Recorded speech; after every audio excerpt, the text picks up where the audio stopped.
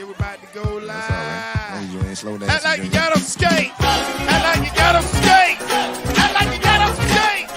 Act like you got on skate. Act like you got on skate.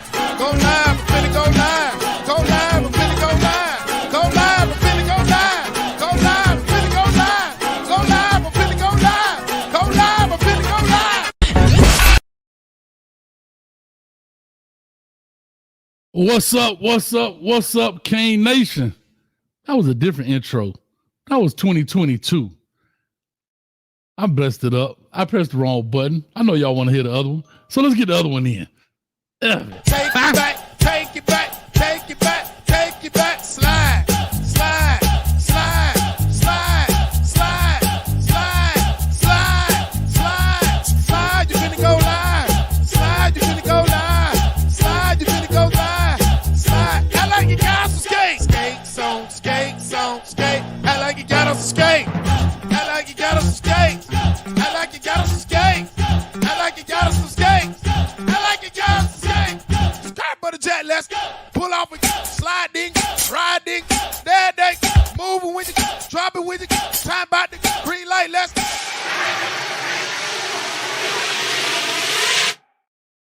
All right, now we got it going, man. What's up with everybody in the building? Which one do y'all like better? The 2020, the first one I shared, which was 22 season or 23 season. I'm in the process of making one here for the 24 season. Let me know if y'all like put 22 for the first one or 23 for the second one. I love both of them. It is what it is, man. Shout out to a lot of people, man. We just jumped off Hayes Street, so a little bit late, but y'all be killing me. I'm trying, man. I'm trying. Golly, I'm trying. Y'all killing me with this, man. Let's give some love out there. A couple people. Shot in the building, man. What's up with you? Cuban Dominus. Whenever you ready, let's cook, dog. Let's cook. I'm ready. Coach baked soggy Colorado cupcakes yesterday. You don't want that cane smoke. Bro, I don't know how many times I got to tell you. Let me go to my... Do you want smoke? We want all the smoke. I want all the smoke. I mean... What more do you want from me? Oh my God. What more do you want from me, man? I'm here. I'm ready. We could do it tonight. We could dance right now. It's all up to you. Let's do it. Cuban Damas, a.k.a. Cuban Kane, a.k.a. Hollywood Hogan. Let's do it. Fred, what's up with you, man? Yo, Coach, what's good, homie? What's going on, man? Let me see here. P-Lo, shout out to the best channel on YouTube, Coach Hayes Football. I appreciate it. Really flawed. We expect to see you tomorrow. Not just hear you, but see you. Huh? Nah, it's all good. Sweatshirt 2024 and a kufi. Susie Pink, been a member for 8 months. Clap it up for Susie Pink in the building.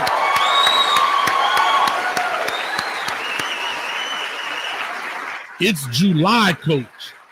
It is July. And I'm looking forward to the Fantasy League. Let's Go Canes. That is actually going to come out next week. I'll put it up for the members first to join in. We're gonna do the 50. We're gonna do the 100. Some people say they want to up it to 500, even 1,000.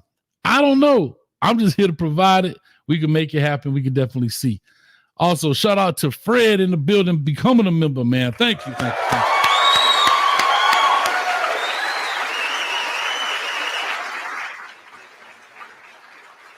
So if you'd like to become a member, all you have to do is hit the join button that's right below. Just turn your phone, if you got it this way, turn it this way, and it'll be right up underneath, and you'll definitely get a chance to see it. If you are an Apple user, then you have to go through your Safari browser. Some reason the app doesn't do it.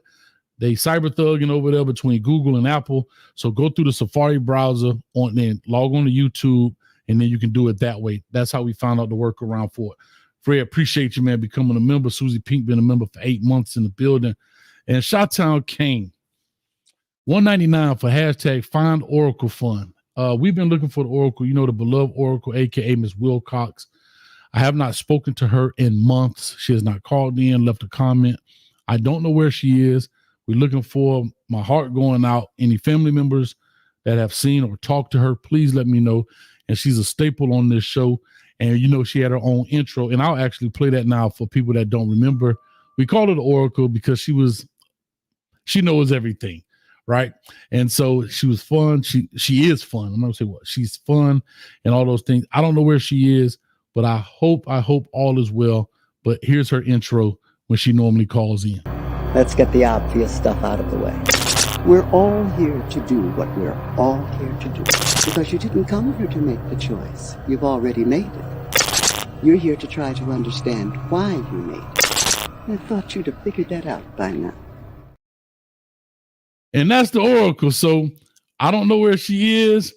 I hope all is well. If anybody knows any family members, aka Miss Wilcox, who calls in, she has her own emoji, as you see right there, Susie Pink. Y'all put it out there. Let's make it happen. And hopefully we'll see what's going on. All right, let me see here. We got E. Brown in the building. NASA Jones, South Coast Kane. What's up with you, man? Y'all go check out South Coast Kane. He got a great channel. Does good stuff. Shad is in the building. He has a good show as well. Go check out his channel. I know LMV will be throwing those things in there as well. All right. Let's get to the crux of this thing here. Look, IMAX in the building. What's up with you, man? Another member and so forth. E. Brown. The pontificating, bloviating E. Brown is in the building as well. All right. All right, let's get this thing going, man. Let's talk some Canes, man. Let's talk some Canes. Mario Cristobal and the Miami Hurricanes are doing exactly what's expected. They're out there big game hunting when it comes to recruiting. I think I talked about this a couple of shows ago. We all know that Mario Cristobal is an elite recruiter. That has always been his thing. Way back from when he was at Rutgers, he was very instrumental in getting a lot of those young men from South Florida to Rutgers when Greg Schiano was the head coach the first time, and they made a big run during the Ray Rice era at Rutgers. He came back to Miami and all those different things. The head coach at FIU went on to Alabama. He was very instrumental in getting Alabama a lot of players, which probably wasn't that hard, but to give him his credit, he did get some big time bodies in that building, ended up getting a head coach job at Oregon. He landed some big time players there. Now he's the head coach at Miami. Started off at Miami Central, landing a Wesley Bassane, got Ruben Bain now. I mean, just a bunch of good players. So shout out to him. And that's what he's been doing. Here in the past month, he has dropped 3 4-stars, Hilton Stubbs, who is the number 10th athlete in the country. He's from Mandarin, Florida, Jacksonville, that is, Mandarin High School, but out of Jacksonville. He's a 4-star. He's also dropped Gavin Nix, who's here from Orlando, but goes to IMG Academy. He's a linebacker, 4-star. He's the 11th best at his position, the 15th best in the state. Hilton Stubbs is also the 17th best player in the state. He just got, and I'm going to jack this name up, and I got to find out how to pronounce it. Siu Allah Fatul, if I said it right. I probably jacked it up. If somebody phonetically can put it there, I'll appreciate it. But he's from Bishop Gorman, interior offensive lineman out of Las Vegas. He's the number 2 at his position in the country and the number 2 in the state of Nevada. So that's big. Now, that's just in the month of July. We got some commitments coming up that some decisions need to be made. Now, that's just the class of 25. In the class of 26, he just dropped a commitment from the quarterback. Where is it? Darion Coleman, all right, who's the 19th best at his position, at the quarterback position, who's from here, Orlando area, goes to Jones High School. Malachi Tony, who's a wide receiver. He's the 39th best at his position. And then Jordan Campbell, who's a linebacker from Carroll City, who's the 8th best player at his position in the state. Now, we're talking about in the state. I'm sorry, in the nation, excuse me. The 17th best player in the state. And this is all according to 247. So I just try to use it to be consistent. But like I said, he's dropping off some names. Now, let's look at some of these guys that commitments are coming up are big. Vernell Brown should be committing on the 21st of July, and he has Miami in his top 3, I believe. Let me see if I can go through here and find it right quick. Got a lot going on. Let's see here. Come on, Hayes, tighten up. Before I get to him, we have Lamar Brown just dropped his top 12, and Miami has landed in his top 12. He's the number 5 recruit in the class of 2026, 6'4", 275-pound interior offensive lineman. July 20th, we have cornerback Jabari Antoine making his announcement for his commitment, and it's between LSU, Florida State, and Miami on July 20th. Then you have Vernell Brown, who is the teammate of the quarterback who committed from the class of 26. He's a receiver, and he's going to be coming on July 21st. And inside his top 4 is Ohio State, Florida, and Miami. All right. And let's see if we got any more on this list that I have that are coming up shortly. And no, I think that's all I have so far. So that's big right there. And we know what Coach Cristobal does when it comes to recruiting. I think his question mark has always been game management. And we can get in that as well if you like with the phone lines and so forth.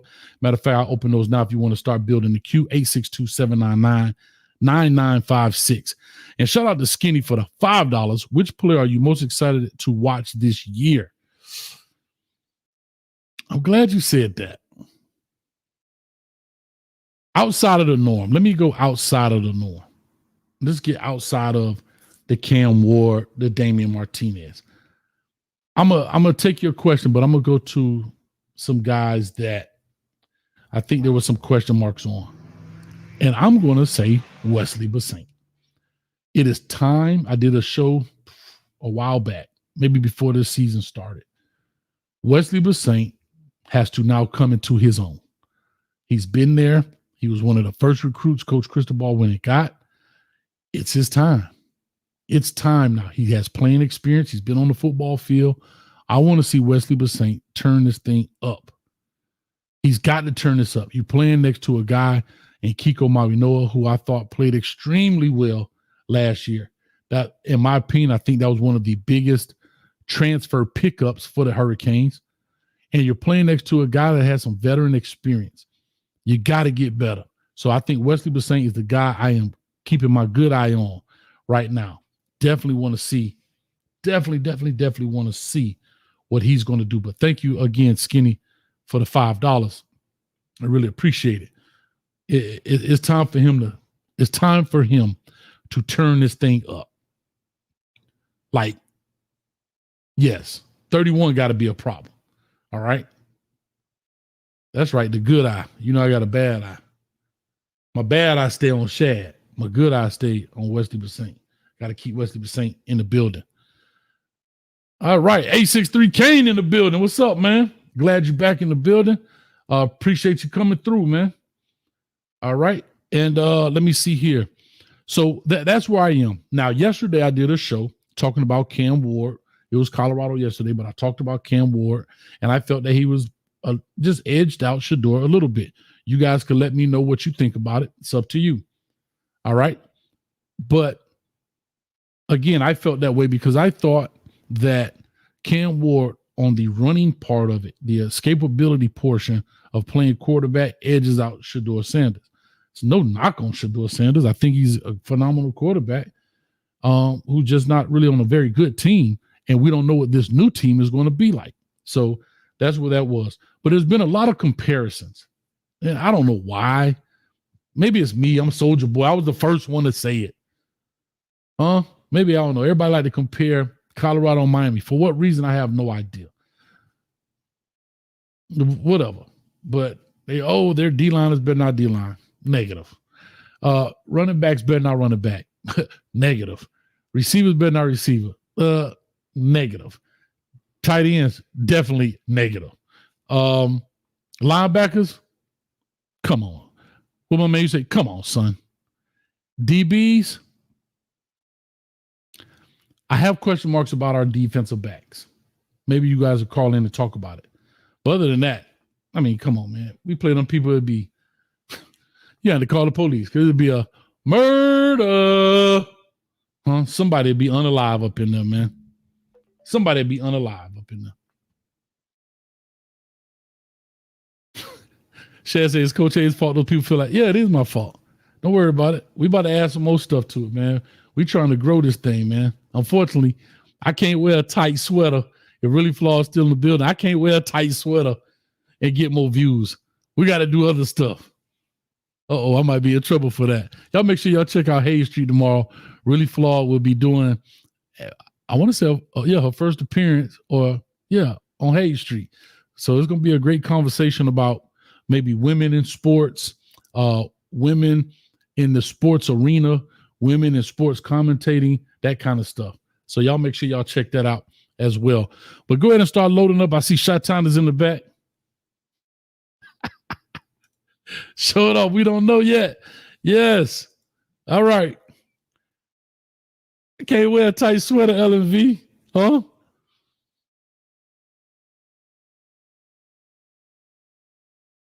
Super tight sweater.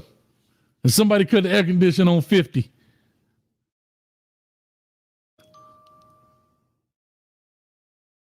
I might have just got in trouble for that one. I got in trouble for that one. Somebody cut the AC on 50 and put on tight sweaters. And it's over. Oh, DJ Pickett. I'm glad. Yep, I did. Thank you, LT. Philo.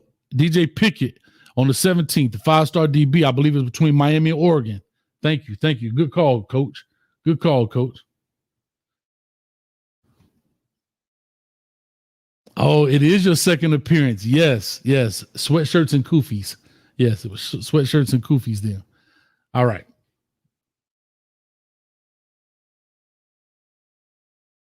Juan Manuel says, Coach, number 31 will be good. Number 22 can't prove a true freshman without shining him. If it happens, I'm not mad. But if it does happen, I'll be mad at Wesley Basaint. I really would be mad. It's your opportunity, dog. Don't lose it. Don't lose it. I mean, I get it. It's football. It's competitive. If you lose it, then you lost it. But I hope to God not. I hope to God not. I hope to God not, man. Hope to God not. All right, let's go ahead and get these phone lines rocking. Let's see what they're talking about. Shot-Town Kane in the building. Well, let's see. We already 18 minutes into 190 people. Go ahead and hit the like, share, and subscribe button. Also, let me know if you guys can hear me well enough, too. I had to adjust some microphone stuff. So let me make sure that the mics are loud enough. Shot-Town, talk to you, boy. Boy, what's good, bro? I'm good, man. I'm good, man. Hey, you always come in and save old Coach, man. Sometimes being out here swimming in the water by myself, but you always call in, man. So talk to me, Sha. Oh, for sure. Mr. Normal Guy always going to be the first person to comment. Shot-Town going to be the first person to call in, bro. Yeah, hey, but matter of fact, Mr. Normal Guy, he ain't been in here today, man. I don't know. He might be working or something. Ain't no telling. Yeah, you know, it's middle of the week. You know what I'm saying? Yes, sir. But, bro, in the next, I think, what is it, 10 to 14 days, we got Pickett, Barry Antoine, Vernell Brown, Floyd Boucard, Darquez Carter. We got a whole bunch of, like, just straight killers committing. Hey, and Shad, nah, I'm a West Side dude, bro. Like, nah, it's Uncle Remus over here, bro. We don't do Harris. We do Uncle Remus over here, bro. But bro, like we just been killing. And on top of that, I don't know if you've been paying attention. Dallas Wilson is supposed to be making an announcement. I think in about an hour. For you guys, I think it's in about an hour for you guys. And most people are hinting that he's probably going to be decommitting from Oregon, which is another Miami target that Miami is, actually recruiting heavy. Nah, that's big, man. I mean, I now here's, you guys know I've been critical. I think it's constructive criticism. But what I will say is I must give Mario Cristobal and his staff credit, in my opinion, finding the correct balance between transfer portal and high school recruits. You know, I don't think he's all in on one or the other. I think he understands that you're in the transfer portal age and era, so you have to use it. But you also have to understand that the high school players are the puppies that are going to grow into big dogs when they jump off the porch. And you know, unfortunately, or fortunately, depending on how you look at this thing, half full, half empty, some of those players will leave, just like Pulliam, who decided to leave and go to Michigan State. And that's just part of the game. That's part for the course.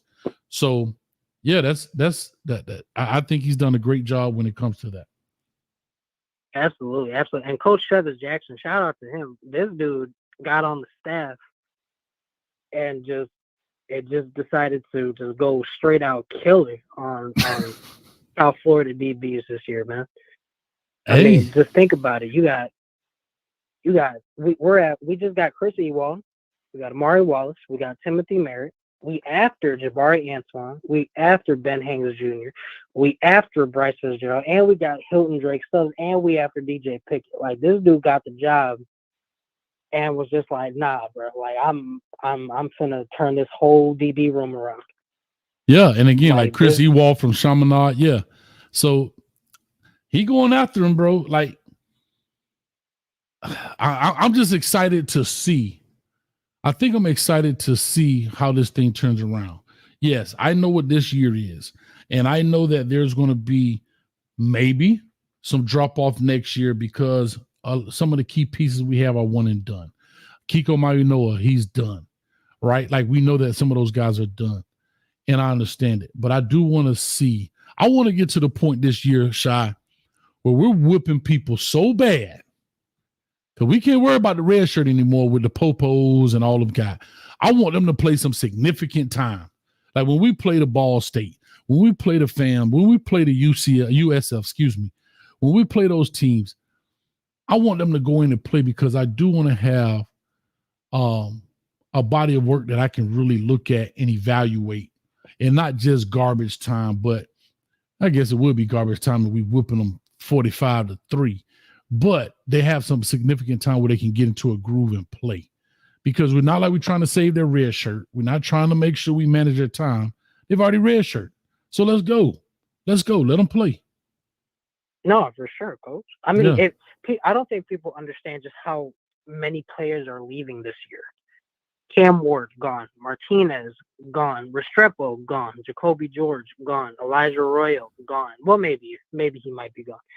Offensive line, Jalen Rivers is gone. Mm-hmm. Inez Cooper, if he's smart, I hope he stays. I really do. But he's gone. Zach Carpenter, the center, is gone. Defense, our entire defensive line, or majority of it, is gone. Well, no, not actually, because we actually got a really good class this year. Kiko's gone. Wes is gone. Daryl Porter's gone. Michelle Powell's gone. Jedias Richards is gone. We need to get these young players playing time. Yes. Like, we need to get them on the field so that next year, we don't want to be in the predicament that FSU is in right now. They had their super team last year, but they didn't blow out enough people to the point where they could look at the backups and be like, wait, we don't know how they're gonna play. No, I need to at least see this year with our schedule. I need to at least see 4 50 pieces down on people.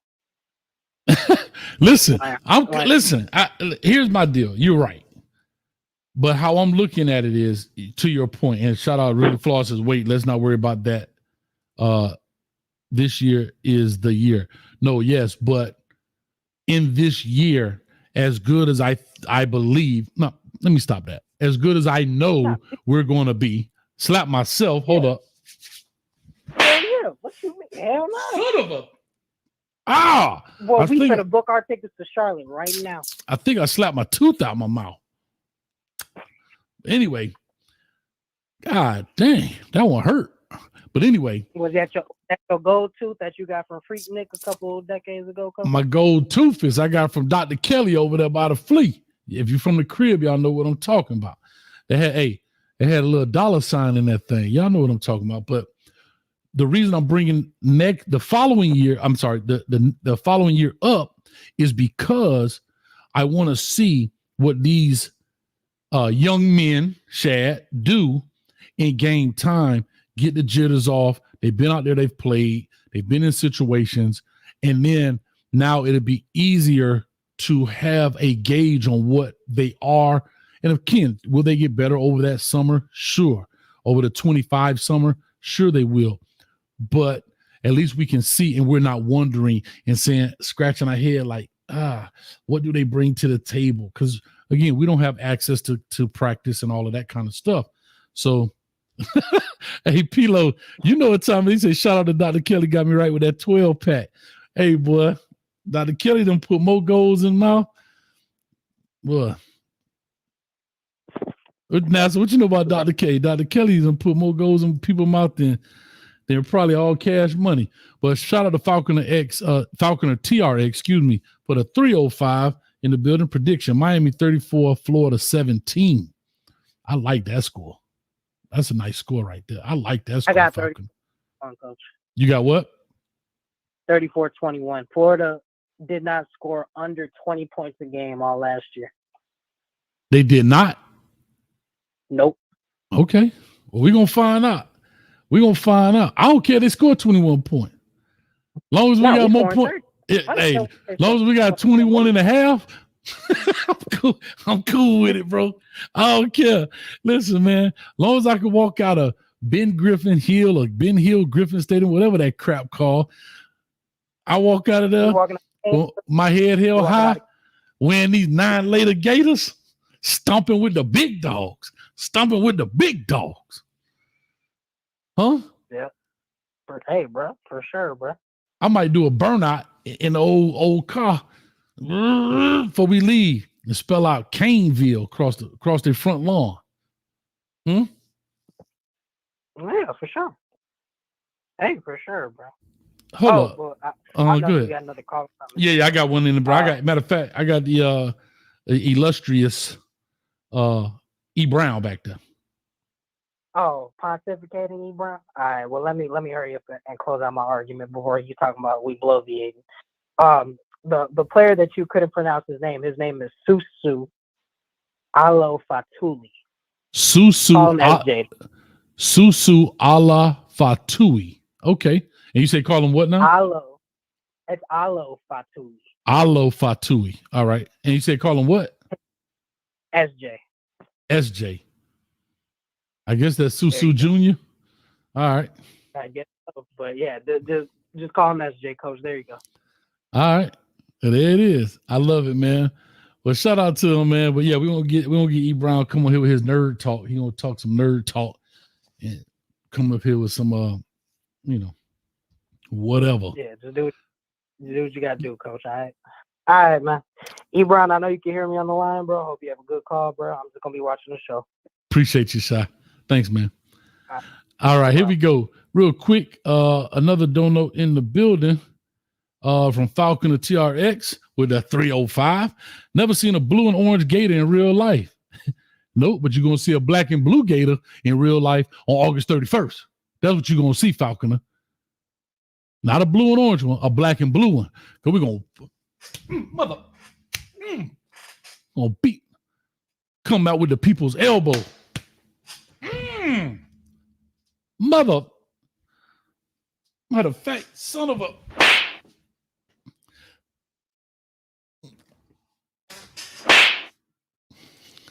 Slapping them all around the dang room.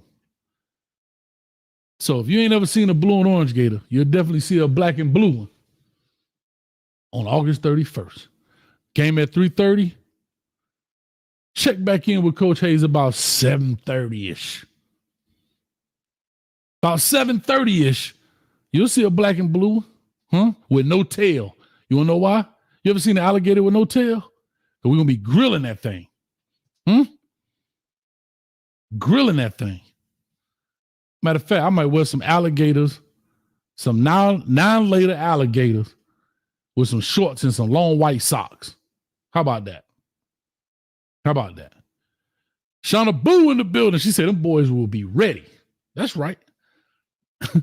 Yeah, but see, I love doing these cane shows. I got to do the Colorado stuff. It's hot right now. Coach trying to run business here. But when I do these, I get a different energy about me. I'll be powering up. I'll be powering up. Cane juice. Oh. I love my cane juice. I love my cane juice downstairs. God dang it. I might let E. Brown pontificate while I go get some cane juice.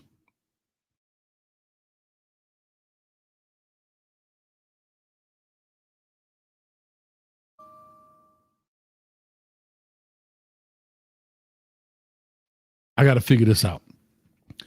I can't do a show without the cane juice, though. Come on, man. E. Brown, what's up? How you doing, Coach? Listen, I done told you about all that drinking, man. You got to cut that stuff out. You're too old for that now. And you got to cut that stuff out. Leave the cane juice. Get you some orange juice or some milk. Sit down and drink. And listen, what I wanted to talk about, Coach, you were absolutely correct about Bissaint. I think Bissaint needs to prove his worth as a linebacker, as a player on the football team. I agree with you 100%.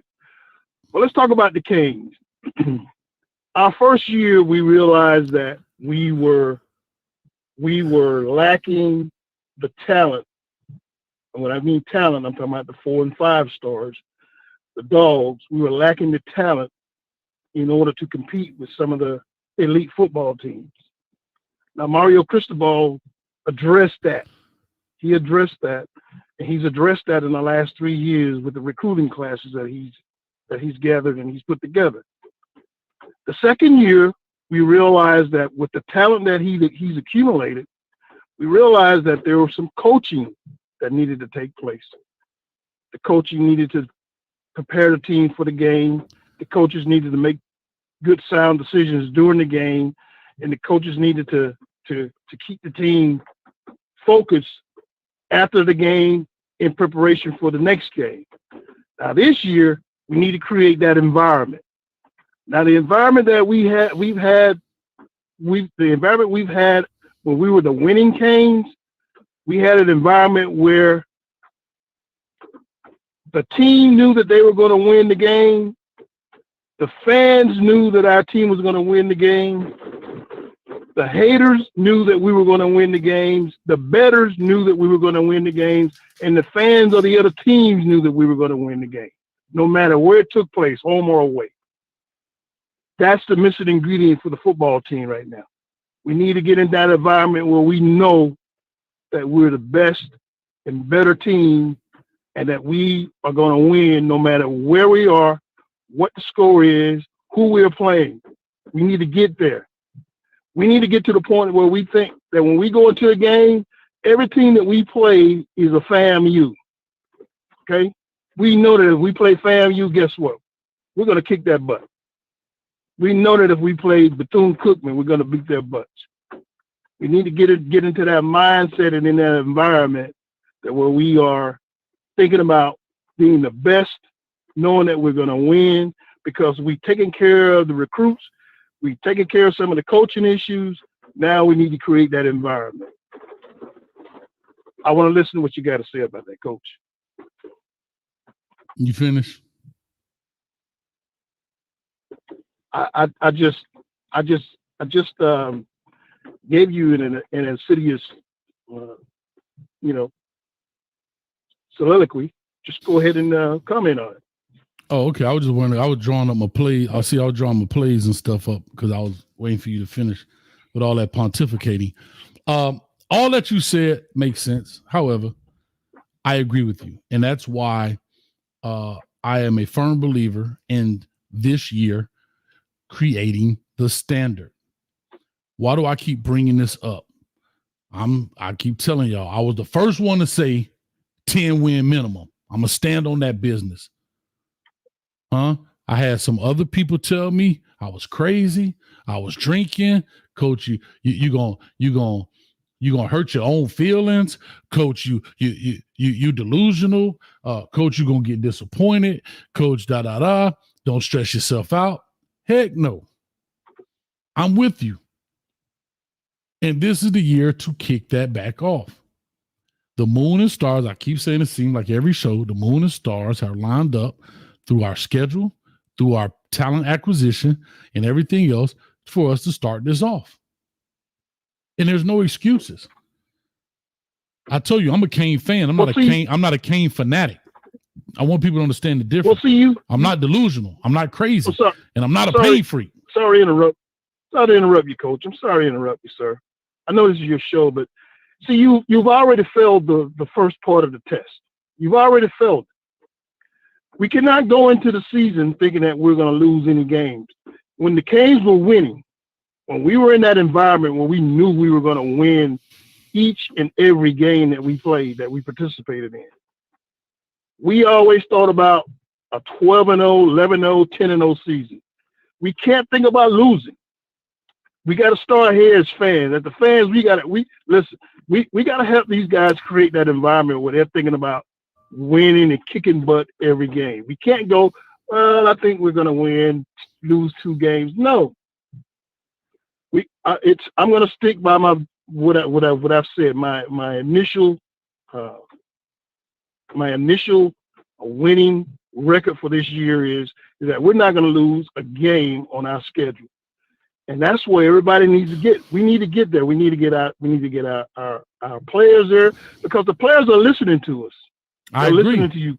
They have a lot of respect for you. They're listening to us. Well, thank you. I appreciate that. If they're thinking that you are thinking that they're going to lose a game, then when it comes to crunch time, they're going to lose the game. I want to get out of that mindset. I want to get out of the losing mindset. I want to get out of that mindset of the last 20 years. I want to get out of that mindset where we're thinking about losing. We're thinking about not winning. We're thinking about not going into a place like when we were winning. We went into Michigan. We got down by 21 points, and in the last quarter, we came back and won the game because everybody knew we were going to win that game. So here's my thing. That's the mindset. Yeah. So hear me out. I get that. I do get that. But here's the difference between me, and I'm just saying, here's the difference between me and you guys. And I'm not trying to say anything different. I'm just simply saying that for me, I am coming from an analytical perspective, right? I'm not guessing. I'm using my experiences and my time coaching and looking at things, and that's how I come up with this number. I get what you're saying. You're not wrong. The fans can think that because I believe we have that this year. Can we go 12-0? We definitely can. If you're saying 10-2, 12-0 is definitely possible. It ain't like I'm saying we're going 6-6 and saying, yeah, we could go 12-0 too. I think that's a very wide margin. However, I have to be consistent across all of the shows that I do when I speak. Just me, I'm saying I have to be even. I can't be hypocritical, and I have to call it like I said. I got to call balls and strikes. No Diddy, but I got to call strikes and hold up. I got to call the baseballs that go over the plate and the baseballs that don't go over the plate, if that makes sense. So what I'm saying is, yes, to your point, you're right. But there's a fine line right there for me where I have to dance as got to keep it fair and consistent, but I also got to temper my fandom, if that makes sense. And so that's why I said 10. Now, I will say this. With the acquisition of Damian Martinez, I'm at 11. I said that the other day. I'm not changing. I'm at 11. I'm at 11. Okay. With the acquisition of Damian Martinez, I'm at 11. And the only reason I felt that way because I wasn't sure about Mark Fletcher and his injury and his availability. So the running back room kind of was like, But then when we got Damian Martinez, I was feeling really good, feeling a lot better about the running back room. Not that the other guys can't do it, but let's call it what it is, right? We're talking about size. Those other guys are a little bit smaller. Yes, I know we got Jordan Lau coming in, but again, That would be fandom. If I be like, yeah, Jordan Love, I haven't seen him do it yet. So Jordan Love has a gang of potential, but he hasn't done it yet. Yes, but listen, now look. Listen what has transpired with the team.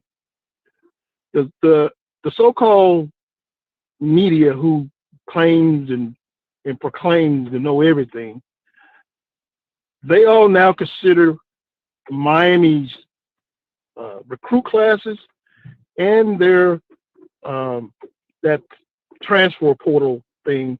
They consider Miami as the elite school that's participated in those two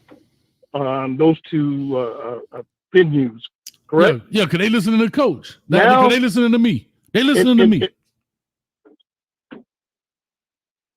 And also last year, if you notice,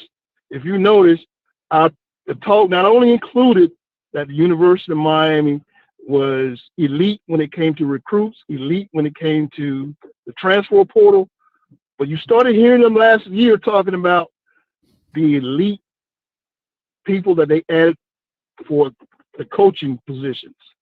Mm-hmm. We started talking about the coaching positions. Now everybody now what you're hearing now is you're hearing a lot of expectations for winning and creating that environment for winning. You bring in some athletes who are promoting winning, who are all about thinking about winning, which transfers to the younger guys or the guys who've been here who hadn't grown accustomed to that. So we got to create that environment because hey, listen, I know people don't like to talk about the old Hurricanes, but I'm going to go there because, listen, I'm a Hurricane fan. When Jerome Brown stood at the microphone and he ordered his guys to walk out of that party because he knew that they were going to go and win a football game, that was the University of Miami. When the 2001 team went to I think it was Tempe, Arizona, with Clinton Portis and those boys, and they put a whooping on Nebraska, everybody knew we were going to win that game. That's the mindset. That's the environment that we need to be in. I agree. And I'm going to go there. I'm going to start it. Yeah, we're going to start it right here with this right here, E. Brown. Back in the days when I was young, I'm not a kid anymore. But some days I sit and wish I was a kid again. Back in the days, you went all the way back to Jerome Brown. I ain't mad at you. But here's what I will say. I'm with you. Got Shad in the back. All right, Shad. But here's what I'm going to say to you. I agree with you. But now in year 3, I had a talk. I'll leave him nameless because I don't know if you want to, but I had a talk with a member last night. And the member, in my opinion, was very hesitant because I think he's had some PTSD going on for the Hurricanes. You get hyped up, let down, right? Get your knees cut from under you. Hyped up, knees cut from under you. I told you, I'm in a little different. For the past 20 years, I've been a Cane fan, but I wasn't watching them. I've been coaching. I just didn't have time. Like, I watched the ticker, watched the highlight, that kind of stuff, but not invested like I am now since I started these shows. I'm not a pain freak.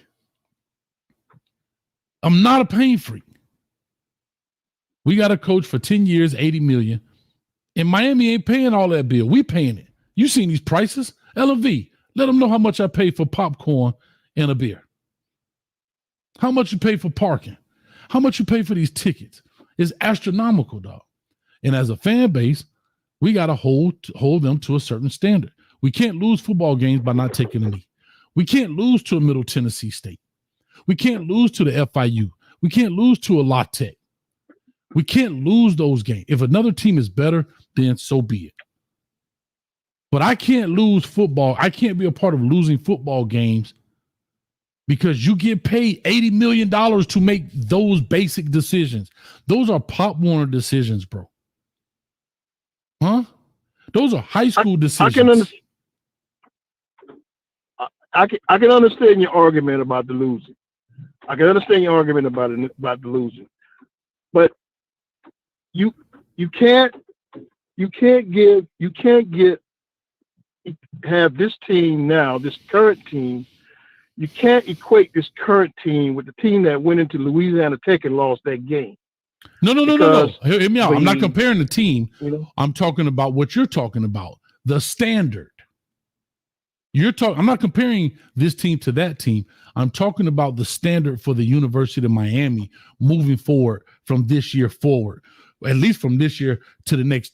So we got 7 years left with this, 8 years left with this guy. So my thing is the standard. What I'm saying is we can't afford to lose to those teams anymore. We got that out of our system. All right, Mario, you've been here. It wasn't your team. Y'all blame Manny's guy, blah, blah, blah, whatever. We lost a lot. We lost to Middle Tennessee. Didn't lose, got our butt whooped. We lose on a fumble to a game that was literally won. The referee had already said, here's your W, put that in your pocket and go home. We had to take it out of our pocket, walk it across the field, and hand it to Brent Key, the head coach at Georgia Tech. We can't do that anymore. The standard has to be set. Shout out to Fred in the building. He was the one I was speaking with. He says, Coach, I got more pride than I got shame. Go ahead and say it was me. Well, Fred, it was you. So there it is. But let me go ahead and push on. I got a couple of callers. You want to stay in the background? I know you like to stay in the background a little bit.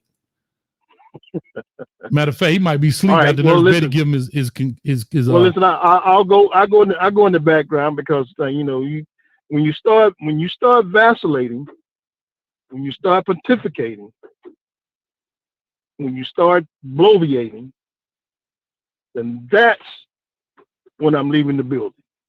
Okay? That's when I'm going to leave the building. When you start talking about these other teams, these other football teams, and what they're doing, no, these teams are behind us. Colorado is behind us. I mean, I listen to your shows on the Colorado show, but I can't call in and talk about a team that's not even on the same level with the University of Miami when it comes to fine. Where we're at.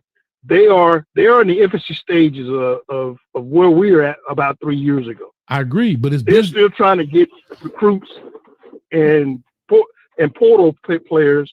And you know what I think about the portal. I'm not going to go there tonight, but you know what I think about the portal. Y'all put the scrub daddies in the chat. Scrub Hub. All the members put the scrub daddies in the chat for E Brown. Put E Brown and put the little scrub daddies up there because he thinks the portal is a scrub hub. But shout out to him. Vivian, how you doing? Been a minute. How you doing? Good to see you. All right. Yeah. So anyway, right, I'm interested in listening to what Shad got to say. So I'm gonna. Yeah, because I'll just say this to you. I know Nurse Betty got your medical cocktail ready. You'll be sleeping 5 minutes. I hear back there stirring it up, talking about that dang on E Brown. She grinding up your pills. Hey, you already told her. I don't like them gel caps, so she done took the gel caps and opened them up and dumped them in there, mix it around. Yeah. So hey, as a matter of fact, I'm leaving choir rehearsal right now. I was singing in the choir right now. That's why my voice sounds a little hoarse. I sound a little hoarse because I was singing in the choir just now. Okay? What you singing? Soon and very soon. Little tenor going. I'm gonna see the king. That what you were singing? Or you singing this little light of mine? This little light of mine. I'm gonna let it shine. This little light of mine. Yeah, all right. Hey, listen. The last time somebody made fun of Jesus, he went running down the road on fire with butt naked. I know. Richard Pryor went running down the fire on the road butt naked when he started making fun. I don't want to see you doing that. Well, I'm not making fun of Jesus. I'm making fun of you. That's all. It's a difference. But anyway, we'll let you go, man, and we'll get it going, man. All right. Hold tight, brother. All right, man. That's E. Brown, one of the oldest members here in the congregation. E. Brown was born in 1632, and he was around. He actually helped dock Columbus when he was on the Nina Pinta and the Santa Maria. He actually helped dock those ships here in the U.S. So E. Brown been around for a long time. And I believe he is the one, if I'm not mistaken, he's the one who went and plucked the feather to put in the pen when they signed the Declaration of Independence. He went and plucked the feather, the quill, if you want, so they could sign it. Shout out to E. Brown. All right, we got Shad in the building. Shad, what's up with you, man? Coach A, what's up? How you doing? Doing good, man. I just want to start off by saying make sweatshirts and koofies great again. I want to start off by saying that. Hold on, real quick, Shad, before you start. We got to get that going. If the Hawk Tour girl can make a bunch of money and she got shirts and stuff, we got to get something going. Oh yeah, she did get a TV show, and then I just saw she got like 30,000 to like announce something too. Yeah, so she got 1 million subscribers, 1 million followers or something. Yeah, she got 30 grand for that. But go ahead. Yeah. No, but on a serious note, yeah, I mean this is gonna be a huge year. I know it's often said, it's been said in the past, like, oh, well, this is the most important season in modern Miami history, but like I think this year does fit into that because you have essentially unlimited coaching staff now. You have unlimited funding. You have had the ability to fill in holes with guys with experience. So I mean, and going back to one of your shows where you declared the 10 wins. All of the excuses that took place in the past are no longer there. And, that made me think about the clip from Michael Pinckney's podcast that I saw where he was talking about how even when they were there, they advocated for, more resources that they didn't get. Now, again, I'm one of the ones that say, that I don't think you needed all of that extra stuff to beat the ACC Coastal opponents. But again, I'm not there, but it is what it is. But I mean, yeah, this year is pivotal because it tells you two things. It tells you this is what it's going to look like with a loaded roster. If, he's able to rebuild it back up after those guys leave. So you get to see whether it's going to look great or it's going to look 8, maybe 9 wins or something like that, which would be just an absolute heartbreak and, in all actuality.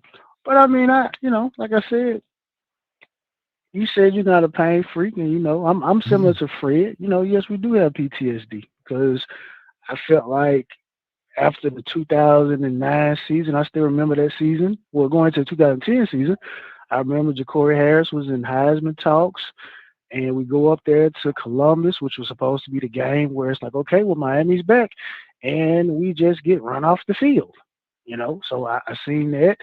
I remember I went to Dallas 2018, watched us play LSU.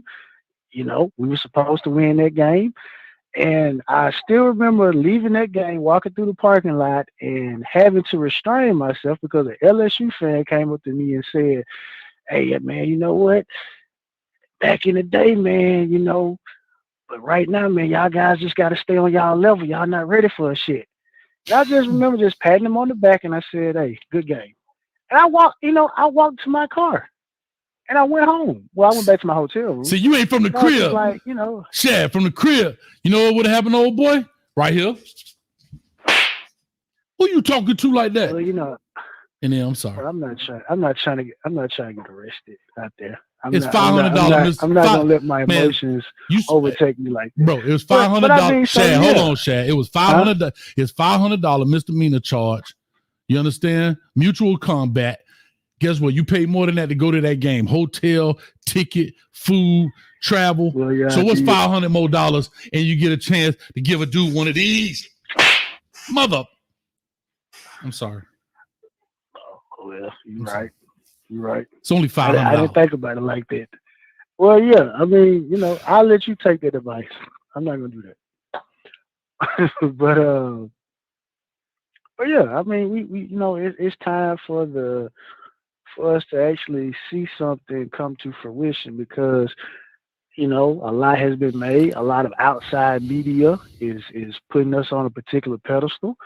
And the thing about it is that if it does fall, all the praise and adulation becomes, people discrediting it, and it just makes it worse. Like yesterday, matter of fact, earlier today, I saw Georgia Tech, like they re-showing the last play of the game again. So it's like y'all are rubbing this in. Y'all know that we got to come to Atlanta. But guys, So can I say something? That game is personal. All right, can I say something? I learned this is a stress reliever. Like you pull your face like this to relieve stress because I'm getting stressed. And I feel like when I talk to people, and I'm gonna say you in this, but I'm speaking generally as well. But when I talk to people, it's almost like 10 wins is like unobtainable, dog. Like I'm looking right here, Louisville. He took over. Watch this. He took over for Scott Satterfield, who was 8-5, 4-7, 6-7, 7-5.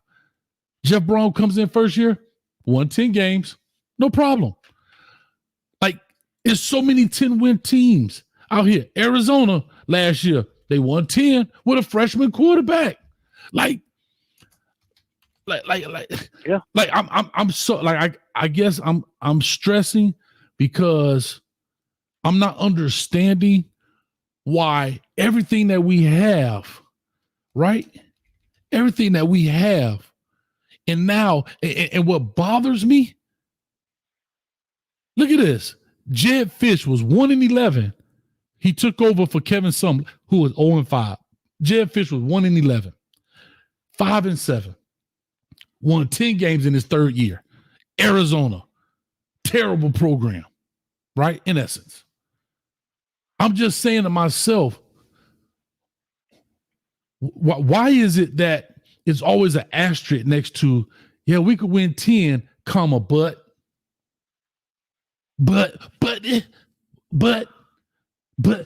Jed Fish ain't never did nothing as a coach. And he got 10 wins out of Arizona. Yeah. But you know what? That to me answers kind of your question or the statement that you're making. It's like we're talking about coaches and teams that aren't used to being at that particular level. And so it kind of looks at our schedule. Like, me and you had this conversation, in the locker room one night. And, we're looking at Cal. Now, obviously, Justin Will, whatever that coach name is, Justin Wilcox, whatever the heck coach is. Yeah. Like, he's been terrible at Cal this particular year. I mean, previously. But it's like all it takes is 1 year for fortunes to change. They have a nice quarterback, nice running back. PFF said they had a very nice offensive line and things like that. So you still got to overcome that. So I think in most kind of some people in the back of their mind, some people still do feel like, well, man, we just don't know. Like, we can win, but are we really going to just be able to out-talent people? Because in the last couple of minutes of the game, time management, coaching decision, all those things get magnified in those crucial moments. And you may have people that feel like, well, even with the unlimited staff, we still feel like, I don't know if we can get it done, even though there's no evidence to support that the other coach can get it done either. So I just have a hard time grasping. How about this? Syracuse, Dino Babers, his third year, he takes over for Scott Schaefer, who was 7-6, 3-9, 4-8. Dino Baber comes in and goes 4-8, 4-8 again, and then 10-3. And then you had the year that they gave Clemson a scare, so that bought him some time right there too. But what I'm saying is in the year 3, and that's year 3. I ain't talking about 4, 5, 6, 7. In year 3, Dino Babers wins 10 games. What I'm saying in the year 3 is the year that you, by this time, you should have built your culture. You got in and out players that you want, that you don't want. And for us to be simply sitting here saying, but no, Get over it. So what? That was 20 years ago. We got the coach you want. They spent the money that we wanted. All of these things, facilities are being built. We getting the top recruits, and we still talking about, yeah, but, and that's back to E. Brown's point. That's the doubt. That's what bothering me. The doubt. The doubt. I'm getting hot. I mean, like I said, we had the conversation. I'm getting with hot. you, but I mean, I have doubt as well because I felt like some of our previous teams, on paper at least, were as talented as the teams that we have. This team that we have now, and I feel that way. I'm getting hot, Shad. I'm getting hot. Well, I mean, hey, we got to bring you back down a little bit. You said you were giddy earlier, so I'm sorry. Maybe E. Brown can hype you back up. But no, in all seriousness, no. But we kind of seen some former teams like this. Like I'm hot, dog. Most y'all got me on fire up in here. Team was good, and 2010 team was good. And it didn't work out. No, dog. Y'all getting me hot. I'm getting hot. I'm tired of it. I'm tired of it, dog. I'm tired of y'all. Well, Coach, you said you're not a pay freak, so I mean, I don't know. But on a lighter note, I like we're being aggressive with the recruiting and everything like that. So I mean, that's always good. So at least you won't be able to say talent is an issue. Mm-mm. I gotta calm down. Calm down. Yeah, calm down. Did you enjoy your family reunion? I did, man. I had a good time. Okay. All right. I'm hot though. Well, okay. All right. Well, let me knock these next calls out, man. That's all I wanted. I appreciate it. I get back in the chat. All right. I'm getting hot. Y'all make me mad. Much love, Shad. Shad. God, dog. Shad, call right back in. I got a quick question, Shad. Call right back in, Shad. After I talk to Warren Kane. Warren Kane in the building. What's up with you, baby? How you doing, my friend? Man, I'm giddy. They tried to get me hot, but I knew when I got you on, I'm going to be giddy, and I'm fired up, and I'm ready.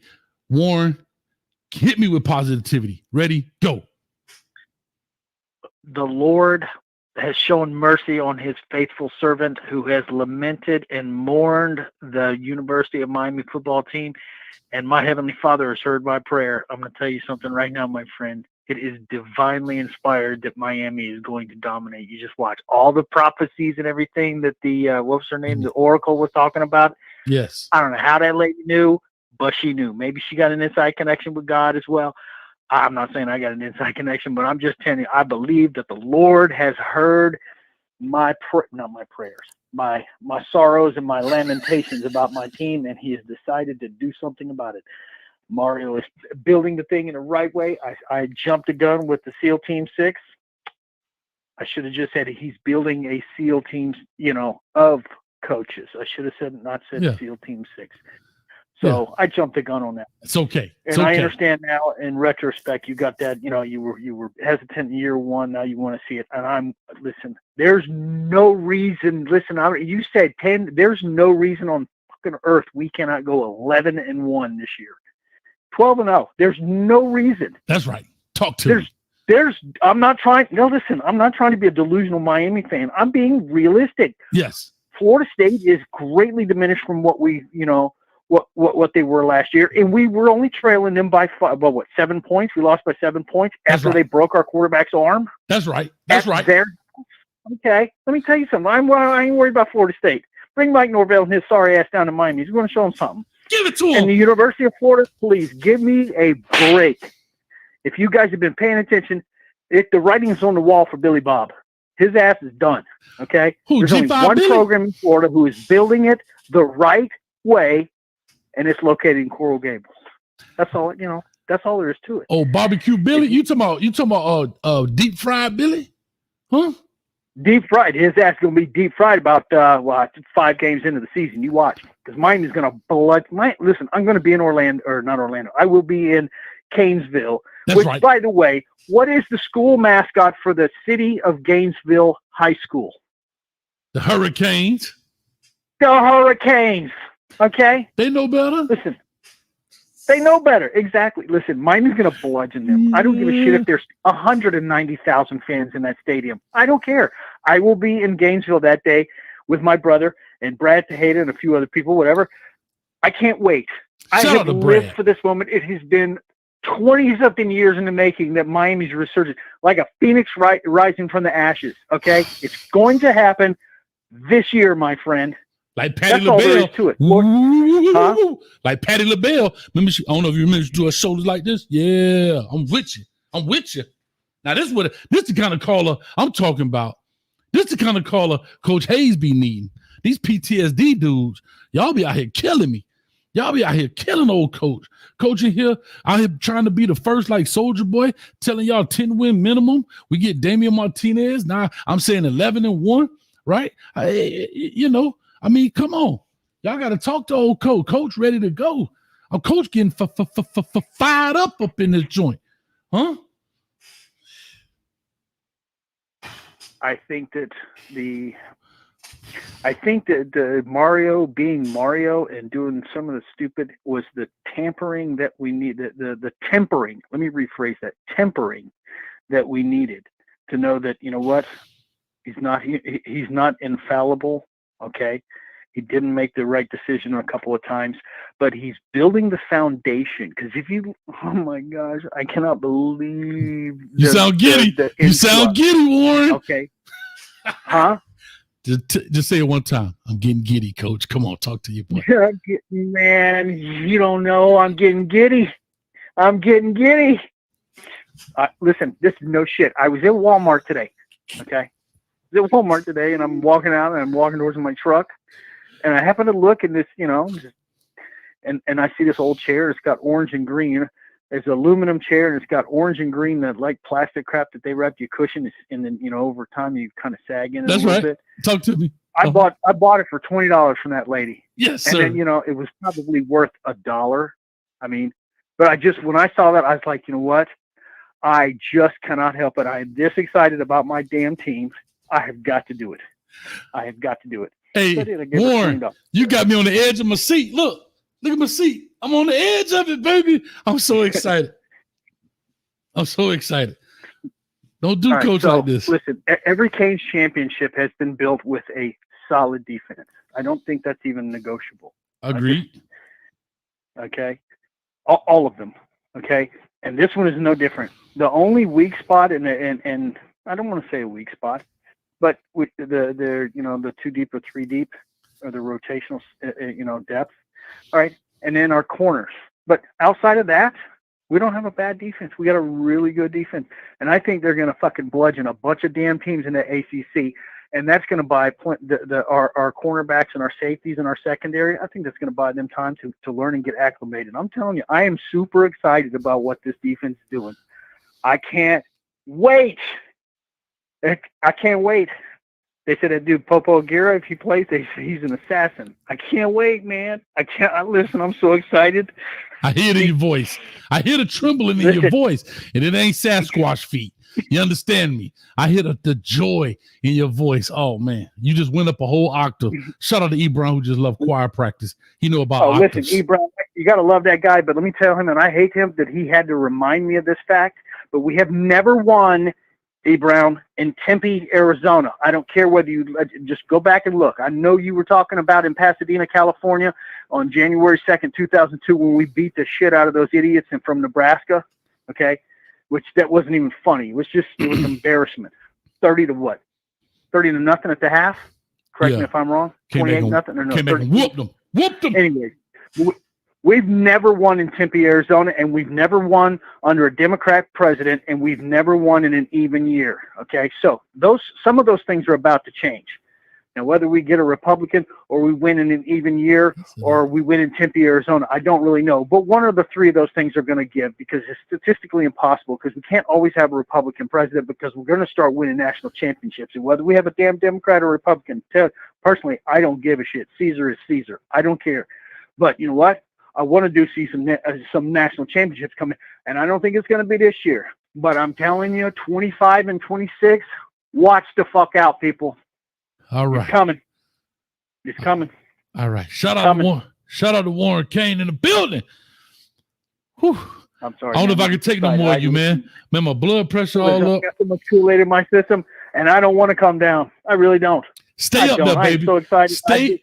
I haven't kind of bring in 5 stars and 4 stars and had this much in the last 20 years since the advent of the internet. Certainly. Warren, I see you up there.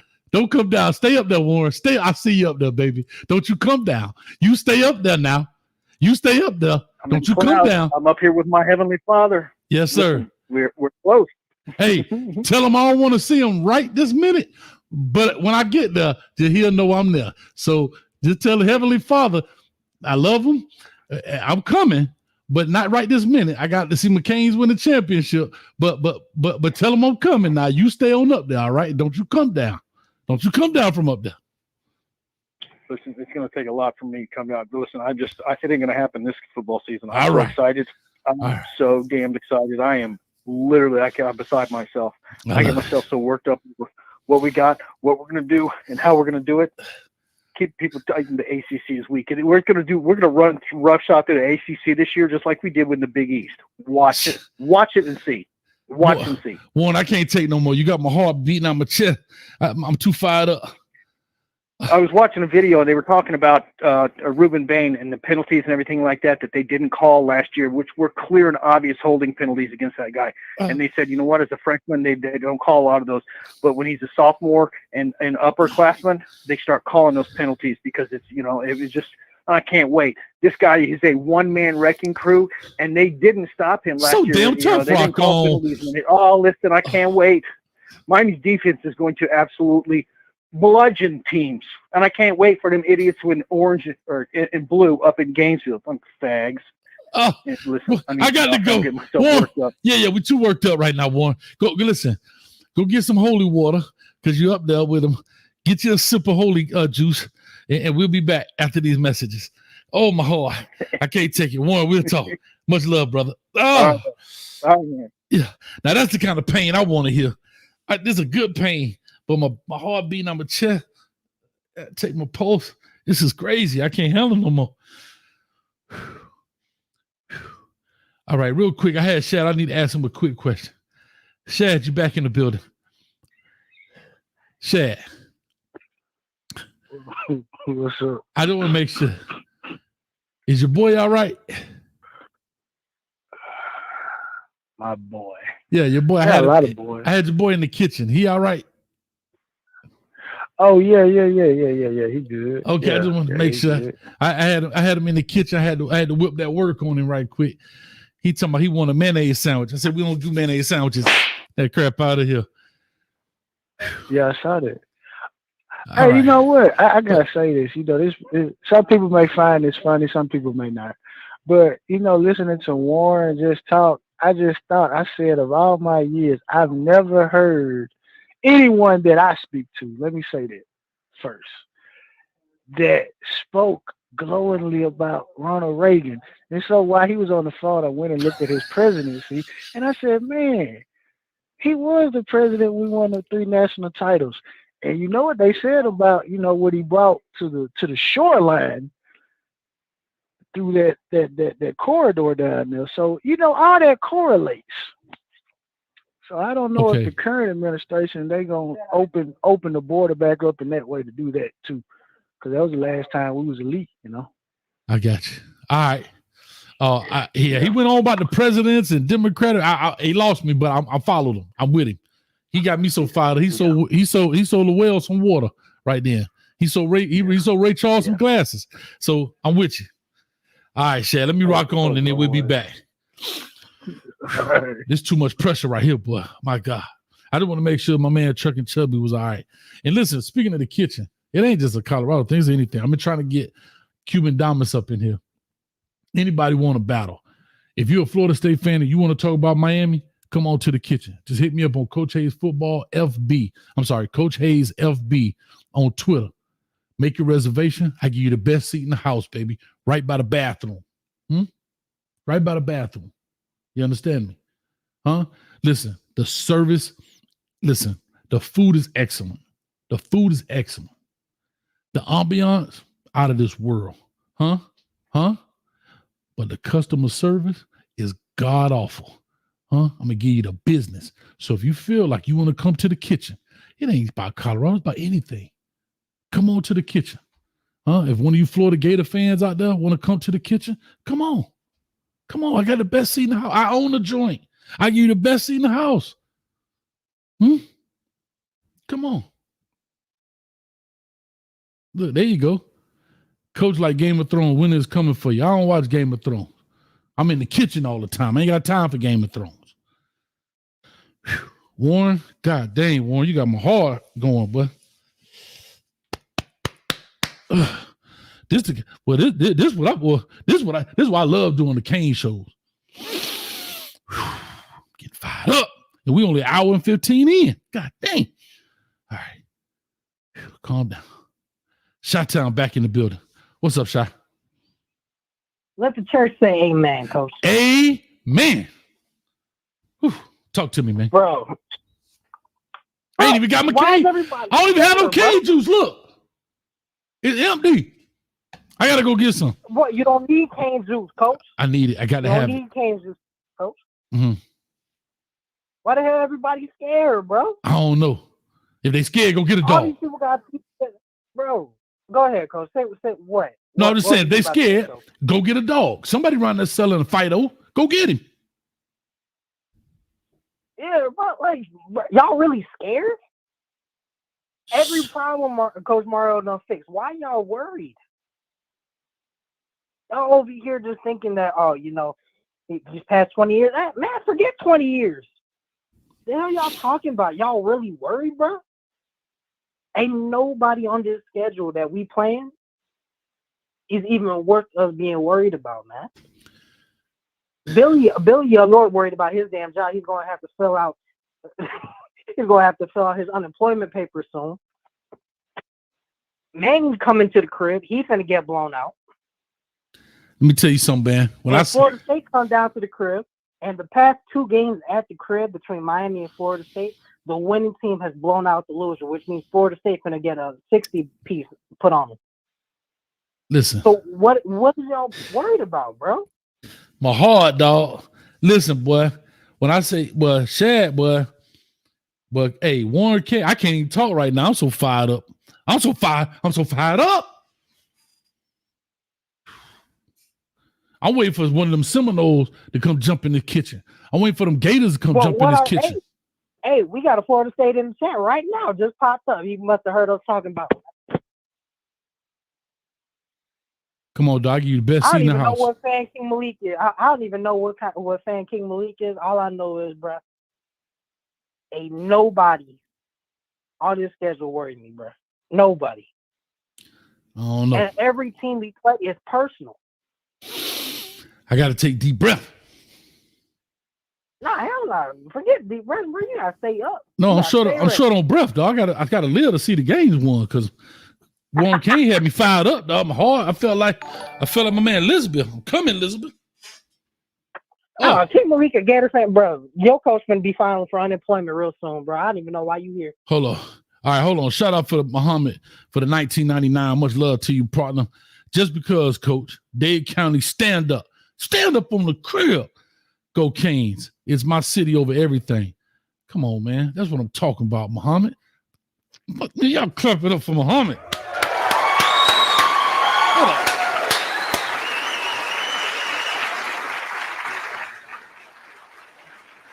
And I'm going to say something I really like.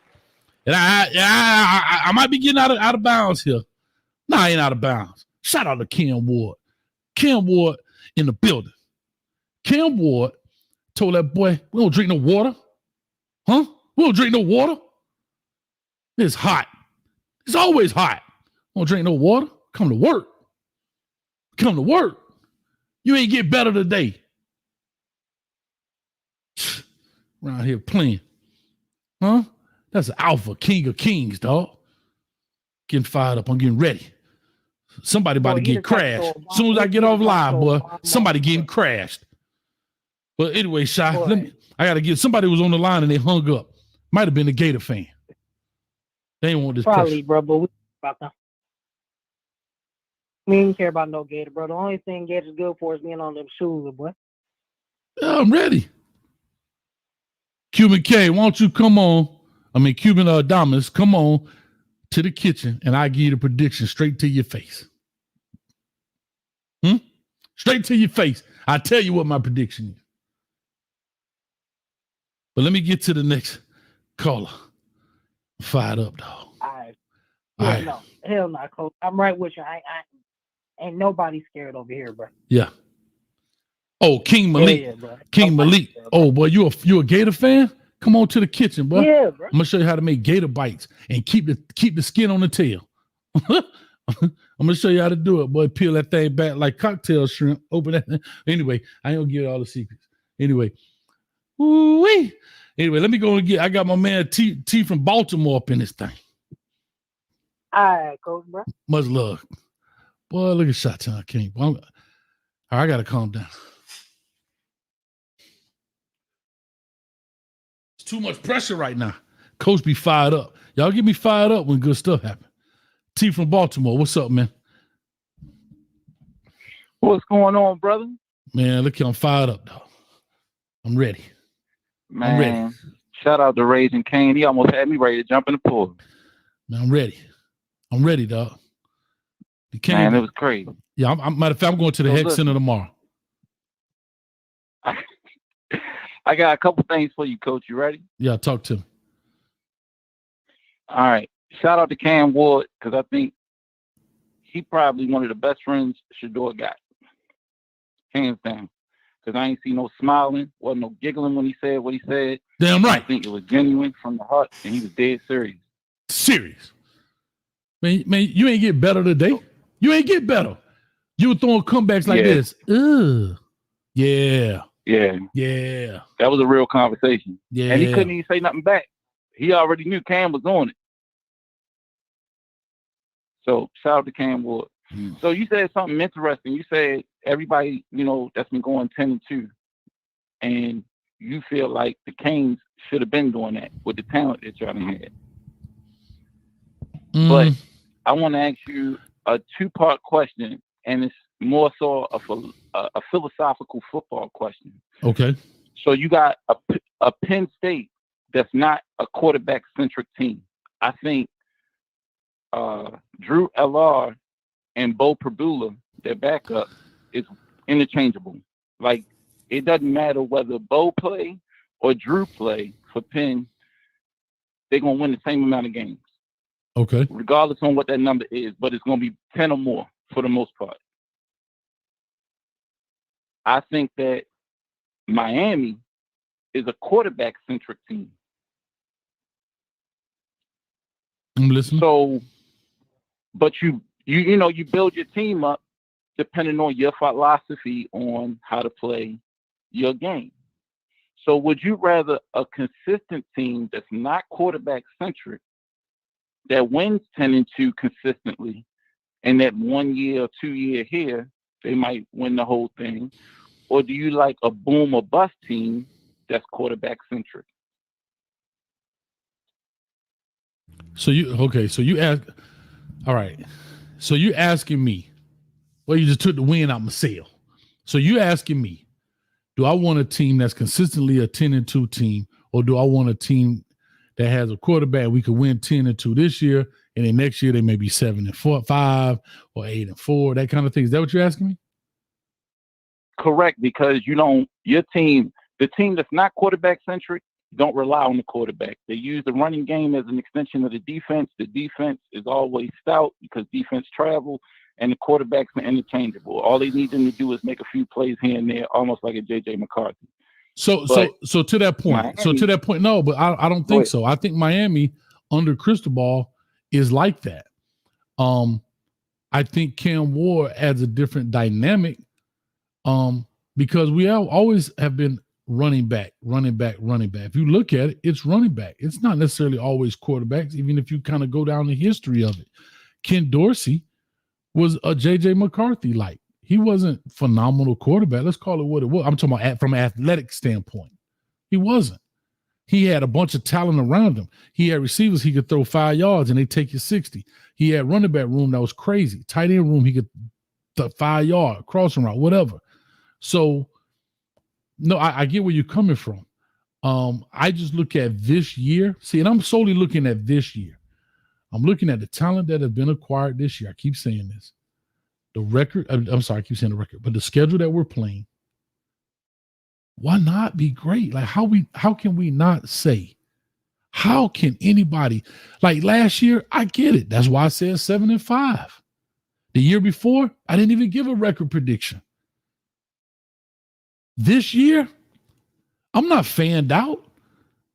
I would say let's say if this same exact team with the same exact schedule wore blue and orange for Florida. I don't like Florida. But I would say they should win 10 games minimum. You just change the logo, change the uniform color, and take this and put it in, same people and put it in another spot. I would say the same exact thing. How is this team, how like, and I'm not saying how, of course people can lose games, but I'm also now the fan part of me saying, when it comes to now Mario Cristobal, we can't accept losing games that we can win. Middle Tennessee was not better than us athletically. We should not have lost that game. Georgia Tech, yeah, it was tough. Our quarterback played awful. I get it. However, we still won that game. But we lost it. Does that make sense? It does. And then we beat a Clemson. We beat a Texas A&M. The funny thing is we beat the teams that people had marked down as losses. And we lost the teams that we had down as wins. No, we got to erase that. We got to beat the teams that people think we're going to lose against and beat the teams that are teams that we're supposed to beat. It's just what it like. That also go back to we got to put some respect on our conference. We let everybody else disrespect them, and then we disrespect them. But the ACC ain't sweet, bro. Like real rap, like it's competitive as hell. You look at how many different teams in the last 3 or 4 years and won the championship. How many different teams was in the championship game? We got actual parity in our camp. And it's our turn. That's my point. It's our turn. Okay. I'm fired up. I'm getting hot again. I'm getting hot. I'm not mad at it's your turn, but you can't tell me that you're not walking around with your chest more poked out because you got faith that you got a dog ass quarterback that you don't mind him throwing on first down on your 20. Nobody said that. You never said that, T. That's a good play for you. Never said that. If he can connect it, throw it. If it ain't there, run it. I'm getting hot. Okay. God. Okay, so this ain't got nothing. So all this confidence ain't got nothing to do with Cam Ward. Yes, Cam Ward, Damian Martinez, Simeon Barrow, Tyler Barry, Ruben Bain, Misha Powell, Xavier Restrepo, Sam Brown, Daryl Porter. All right. Kiko Mawanoa. I got all those other names. Wesley Bassane. If you take Cam Ward out of that equation, I don't think you feel. If I we agree. Put TVD back in the middle of this, I don't think you feel the same way. I can agree with that. So do the same thing with Drew Allar at Penn State and the other kid. Take them out of it. You're right. You're not wrong. But that's only fair. Take Jalen Milroe. Take Jalen Milroe out of Alabama and live with Tyler Buckner when he was there. They wouldn't feel the same way. Matter of fact, Ohio State didn't feel the same way about Kyle McCord because they told him to dip. That's true. So, yes, you're right. I'm not saying I'm not fired up because Cam Ward is there. Yes, I am because he's there. And I'm even more fired up because Damian Martinez is back there, maybe in place of a Mark Fletcher. So yes, you are right because of I've said this talent acquisition. If let's say, for example, if Cam Ward wasn't at Miami, I may not be screaming 10-2. You're 100% right. But that's just like saying, would Clemson won the championships if Sunshine wasn't there? Okay. All right, that's valid. But but Clemson is a historically quarterback-centric team to me. They don't win championships without a dog-ass quarterback. I get it. But all I'm saying to you is I'm with you. But to say that I'm thinking like this because Cam Ward is there, you're 100% right. Because he's there. Same way Clemson is fired up because I can't think of his doggone name. What's the boy name? Trevor Lawrence. Because Trevor Lawrence was there. They didn't feel the same way when DJU got there. They were like, oh gosh. So you agree that Miami is, granted, you got talent across the board, got that, but you're still a quarterback-centric team. I think every team is that way, bro. JJ McCartney, believe this or not, he may not be the most, you have to remember this, he may not be the most exciting quarterback throwing the ball around the yard, but he's a pivotal part of why they won the game, why they won games. Yes, they did run the ball. I get it. I agree with that. I don't think there's any football team. He was an elite game manager. That's a good quarterback. That's quarterback, bro. That's quarterbacking. Ken Dorsey was an elite game manager. He had the best arm in college football. Go back and look at some of the game. Man, he overthrowing cats, underthrowing cat, but he was a smart, cerebral guy, and they didn't put it in his hand to win it. They put it in all the athletes around him to win it. But in today's football, you have to have a quarterback in order to win it. Now, when we see again, a lot of people get mixed up, and that's back to Cam Newton's point. Game managers and game changers, they are both equally effective. They just go about their business in different ways. And that's where the problem is. Joey Flacco was not a game changer, but they won a Super Bowl with him because they had Hold on, don't do that. Don't do it. Don't do it. Coach, don't do it. Don't you do it. Don't you come for Joe. Don't you come for Joe. You think Joey Flacco was a dynamic quarterback? He didn't have one of the best deep passes in football. Okay, that's an element of his game. I'm talking about. Okay, so if you had to pick him or who do you think is him or Patrick Mahomes? Like what I'm trying to tell you is, let's call it what it is. When you thought of Baltimore Ravens, you ain't think of Joey Flacco. You thought about the defense. When you think of Kansas City Chiefs, you think about Patrick Mahomes.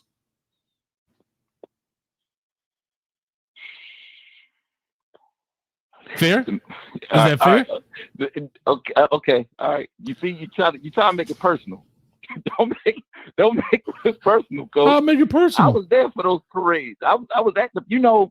Statistically, when Baltimore goes to the playoffs and win, our crime rate actually drops in real time. Yes, because people winning. Football changes everything. Do you know schools that have a better football team usually have better overall grade in their school when their team is winning? Why? More people want to attend the school. More people go to class. More people are more invested. That's statistically true. You're 100% right. You're 1,000% right. But they got nothing to do with some of these game manager stuff. So what I'm saying to you, T, and I didn't realize Baltimore and the Baltimore Ravens. I was just making an example. However, but that's all I'm saying. So to your point, yes, you're right. The quarterback is he's the one that makes this thing go or not.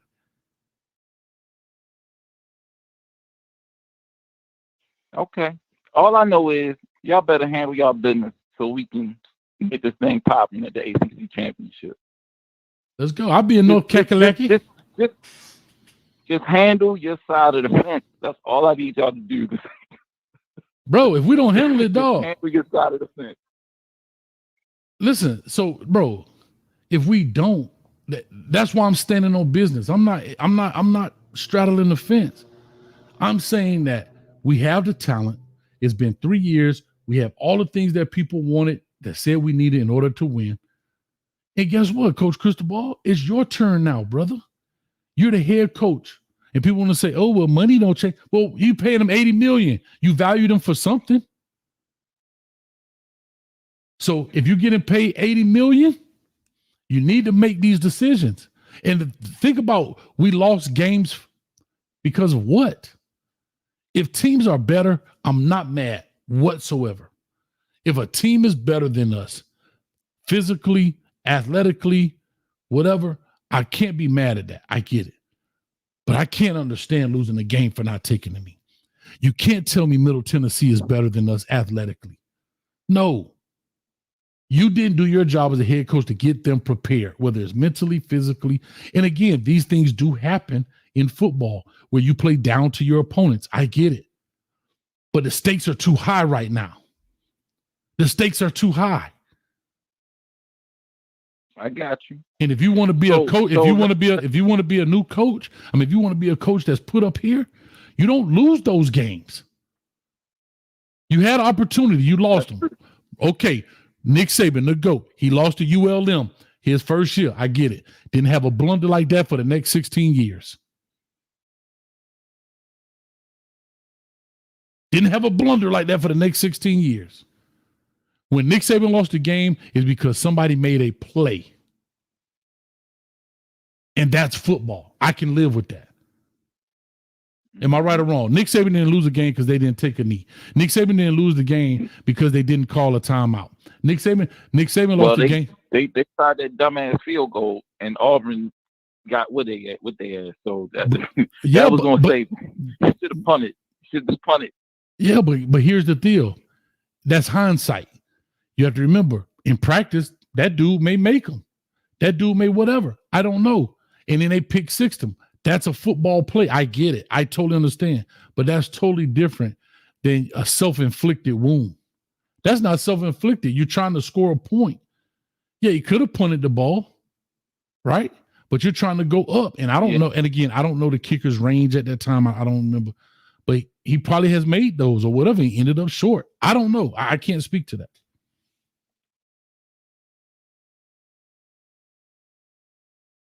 So give me your opinion of Miami's best element that's better than everybody else in the ACC. I think offensively, we have a gang of talent. I think defensive line, we have a gang of talent. I think our whole team is better than who we're going to face right now. This is my opinion, bro. And it's year 3 for us. It's year 3. Even Mike Norvell won 10 games in year 3, dog. Okay. Why we can't win 10 games? So okay, let me ask you this then. What's a successful season? If Miami go to the ACC championship, lose the ACC championship, but still make the playoffs, is that a successful season? Yes. I'm only asking for 10-win minimum. I'm at 11 now because of the acquisition of Damian Martinez. I've never said ACC championship nor natty. But what I do believe is that if you win 10, you're in. That's what I do believe. If you win 10, you're in. That's what I believe. I'm asking for 10-win minimum, dog. That's all I'm asking for. And I don't see why 10 is not like it's like questionable based on our schedule, dog. No, it ain't questionable to me. I think y'all. I think 10 is in the bag. But I'm curious to the 2 losses. Are they going to be against a team that's worthy of y'all losing them to, or is it just going to be a blunder? I think that's what you worried about too. No, I gave you my 3. I gave you my 3. Here's what I gave you my 3. Here's what I gave my 3. Florida State, Louisville. Those were the 3 I said. I'm only asking you to win one of those 3. Just win one of those 3. A 33% chance. Win one of those 3. That's 10 win. I can't see us losing to anybody else on our schedule. Name another team on our schedule we lose to that you can see us losing to. It ain't one. The closest one I told you was Virginia Tech. Okay. And I think y'all still dog walk them because they come to y'all. I think Miami. If I'm asking, I'm not asking a lot. I ain't asking you to win 2 or 3. I ain't asking you to win 3 or 3. I'm asking you to win 1 of 3. 1 of 3. That's not hard to ask, though. That's not a hard ask. Are your 3 on the road? No, except Florida.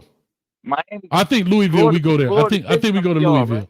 I think we go to Louisville. I'm not sure. Could look it up.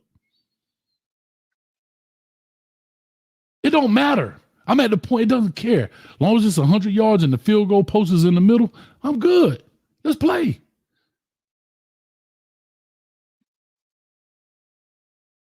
I'm with it. That's all I'm saying. Come on. I just know if we meet up in the ACC championship, both of us go to the playoffs. We'll find out. That's how we'll find out. I see. I think because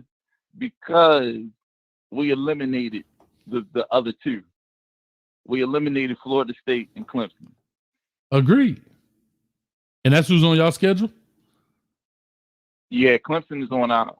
We don't even have Clemson. We don't have North Carolina. We don't have North Carolina State. Bro, we don't have, come on, dog. We playing Wake Forest and Syracuse, bro.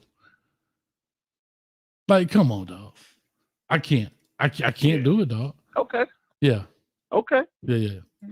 I'm with it. Ride with your boy. Ride with your boy. Man. All right, let me get the DP in the building, man.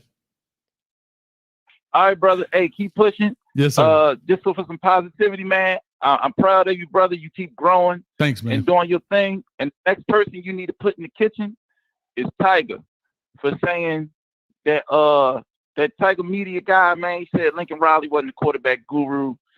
It's a clip floating around right now with Caleb Williams, and they was drilling him on a play that he would like to run if he had to throw the ball. Caleb Williams drew that play up in 2.5 seconds. That's what Lincoln Riley do.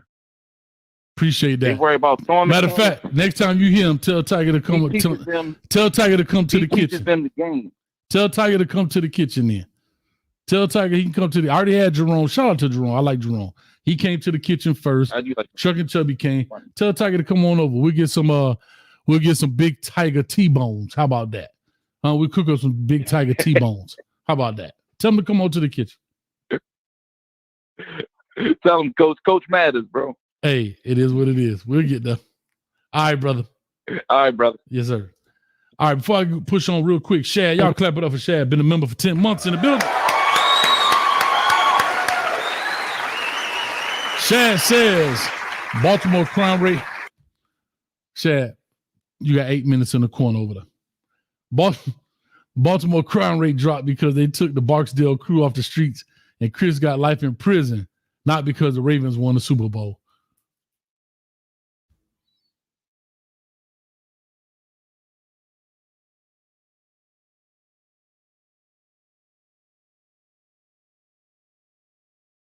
I don't even know how to respond to that. Is Snoop still doing life? Is she still doing life? For I'll leave that alone. Daryl Page in the building. Speaking of him, he on the line coming up next. Clap it up for him becoming a YouTube member again.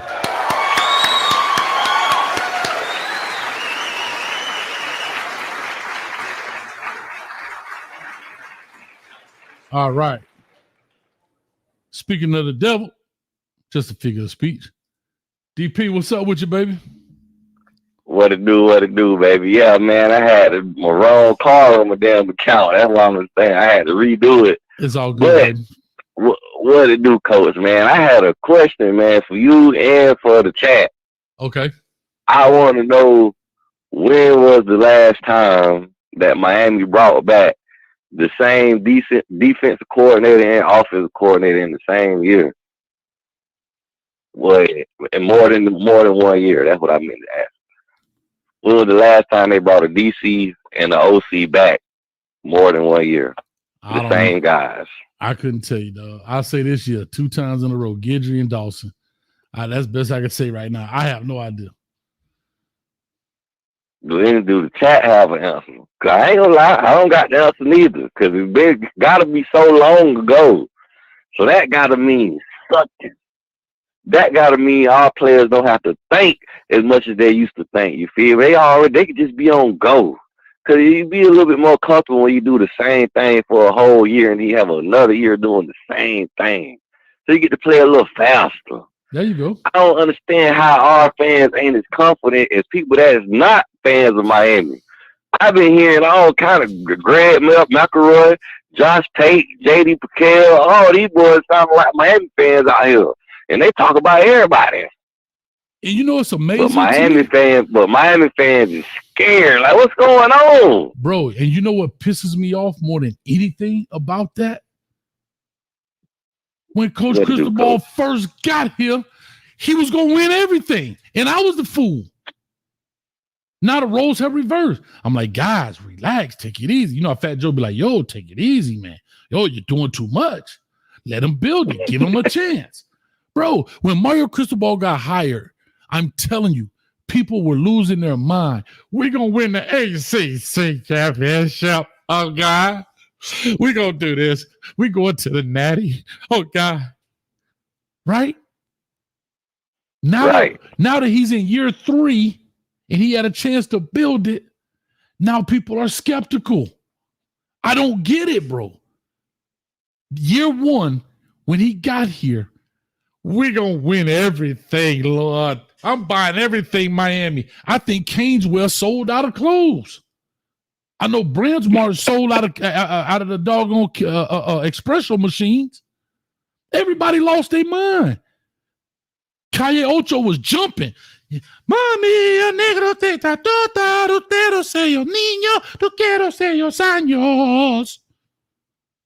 Now we in year 3. Man, you know, coach, y'all like, man, we might coach, you know, coach, like, but, coach, you know, coach, like, but. Yeah, all that, you know, and all that hoop, blah, what they talking about. Coach, I'm going to tell you something. You feel me? This D-line going to be nasty, but listen, this linebacker corps, this season coming up, they finna show out, coach. This linebacker group this year finna show out. You got Wesley coming back in the same defense for the second year. You got Kiko coming back in the same defense for the second year. Then we got that boy Alderman from Louisville. He already got production proven. And I feel like all youngsters finna show the world what's up.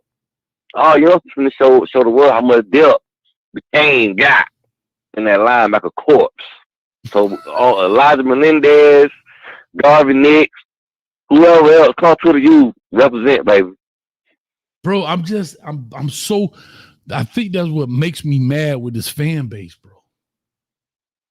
When he first got there, oh my God, Mario's the man. This is who everybody wanted. This is who everybody wanted. When I was saying Lane Kiffin, coach, you're stupid. Coach, you're an idiot.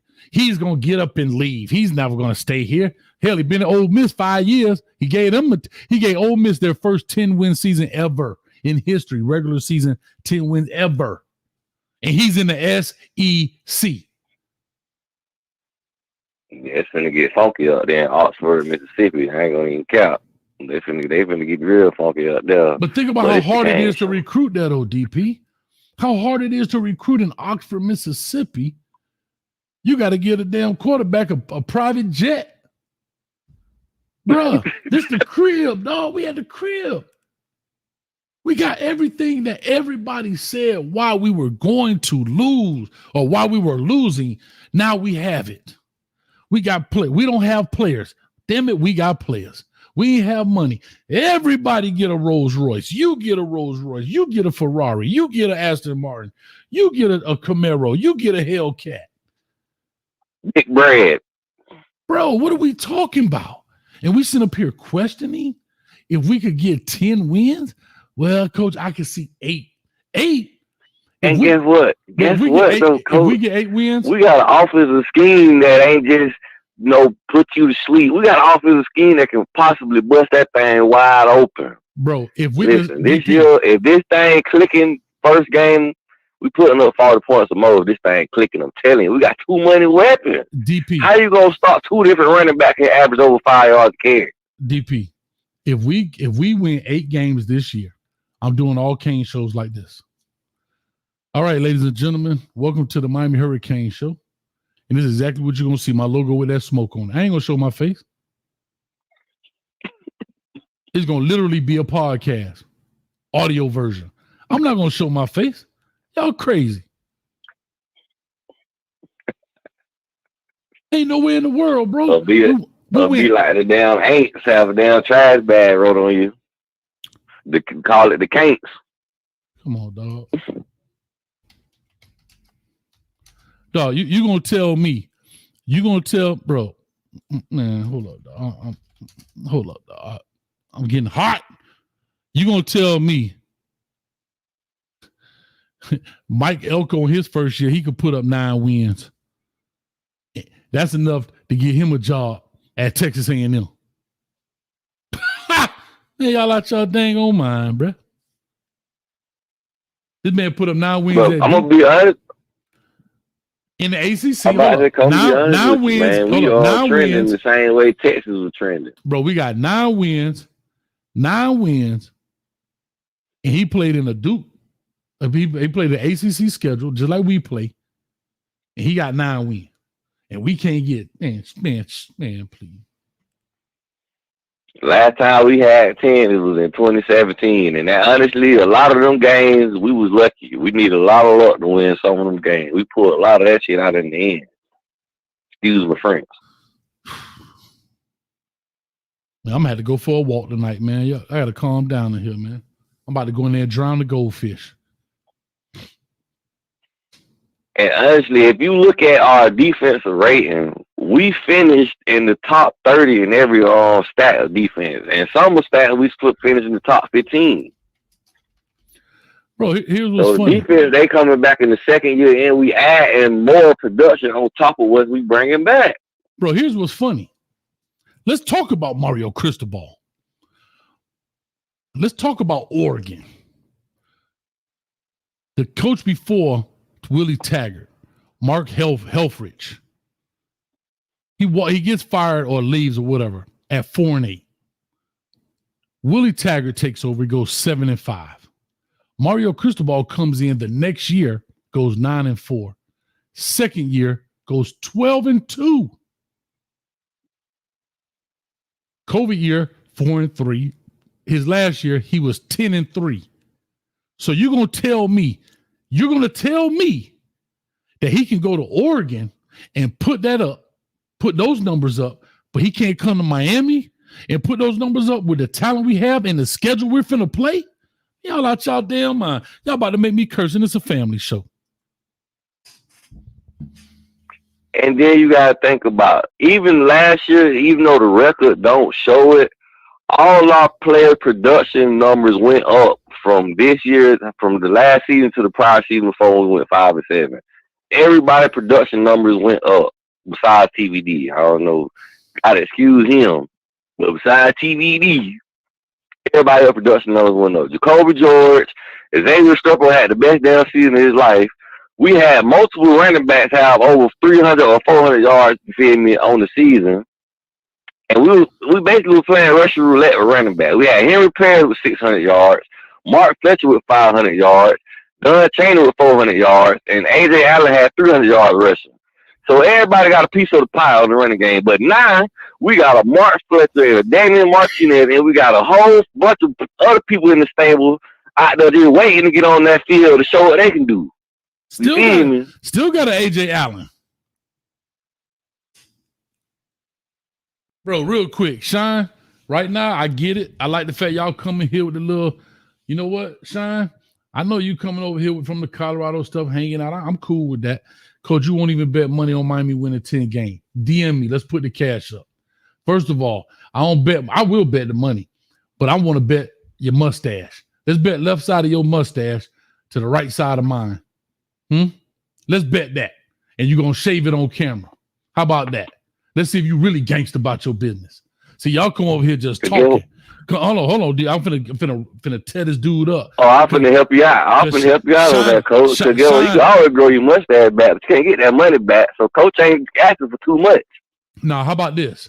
I don't even want your mustache no more. Let me get that right eyebrow. Let me get that right eyebrow.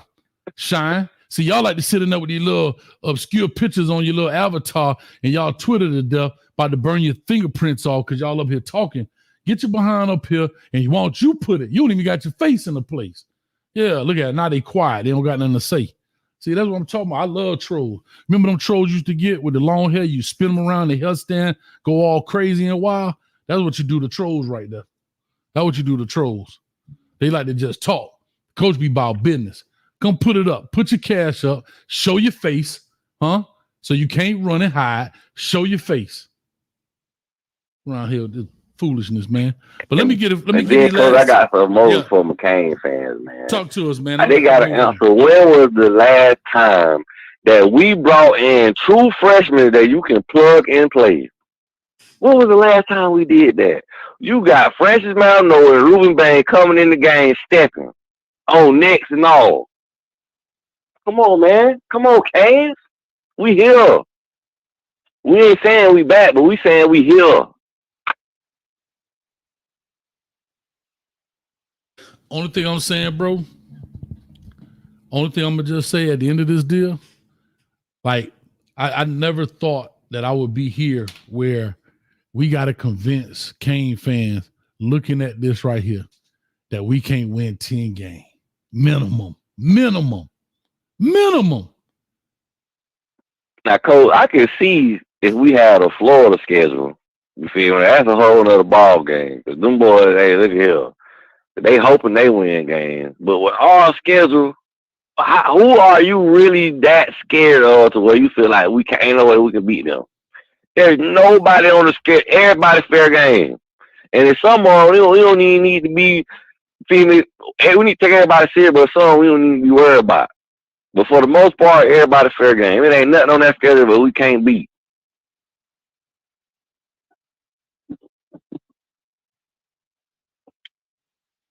I'm getting hot, dog.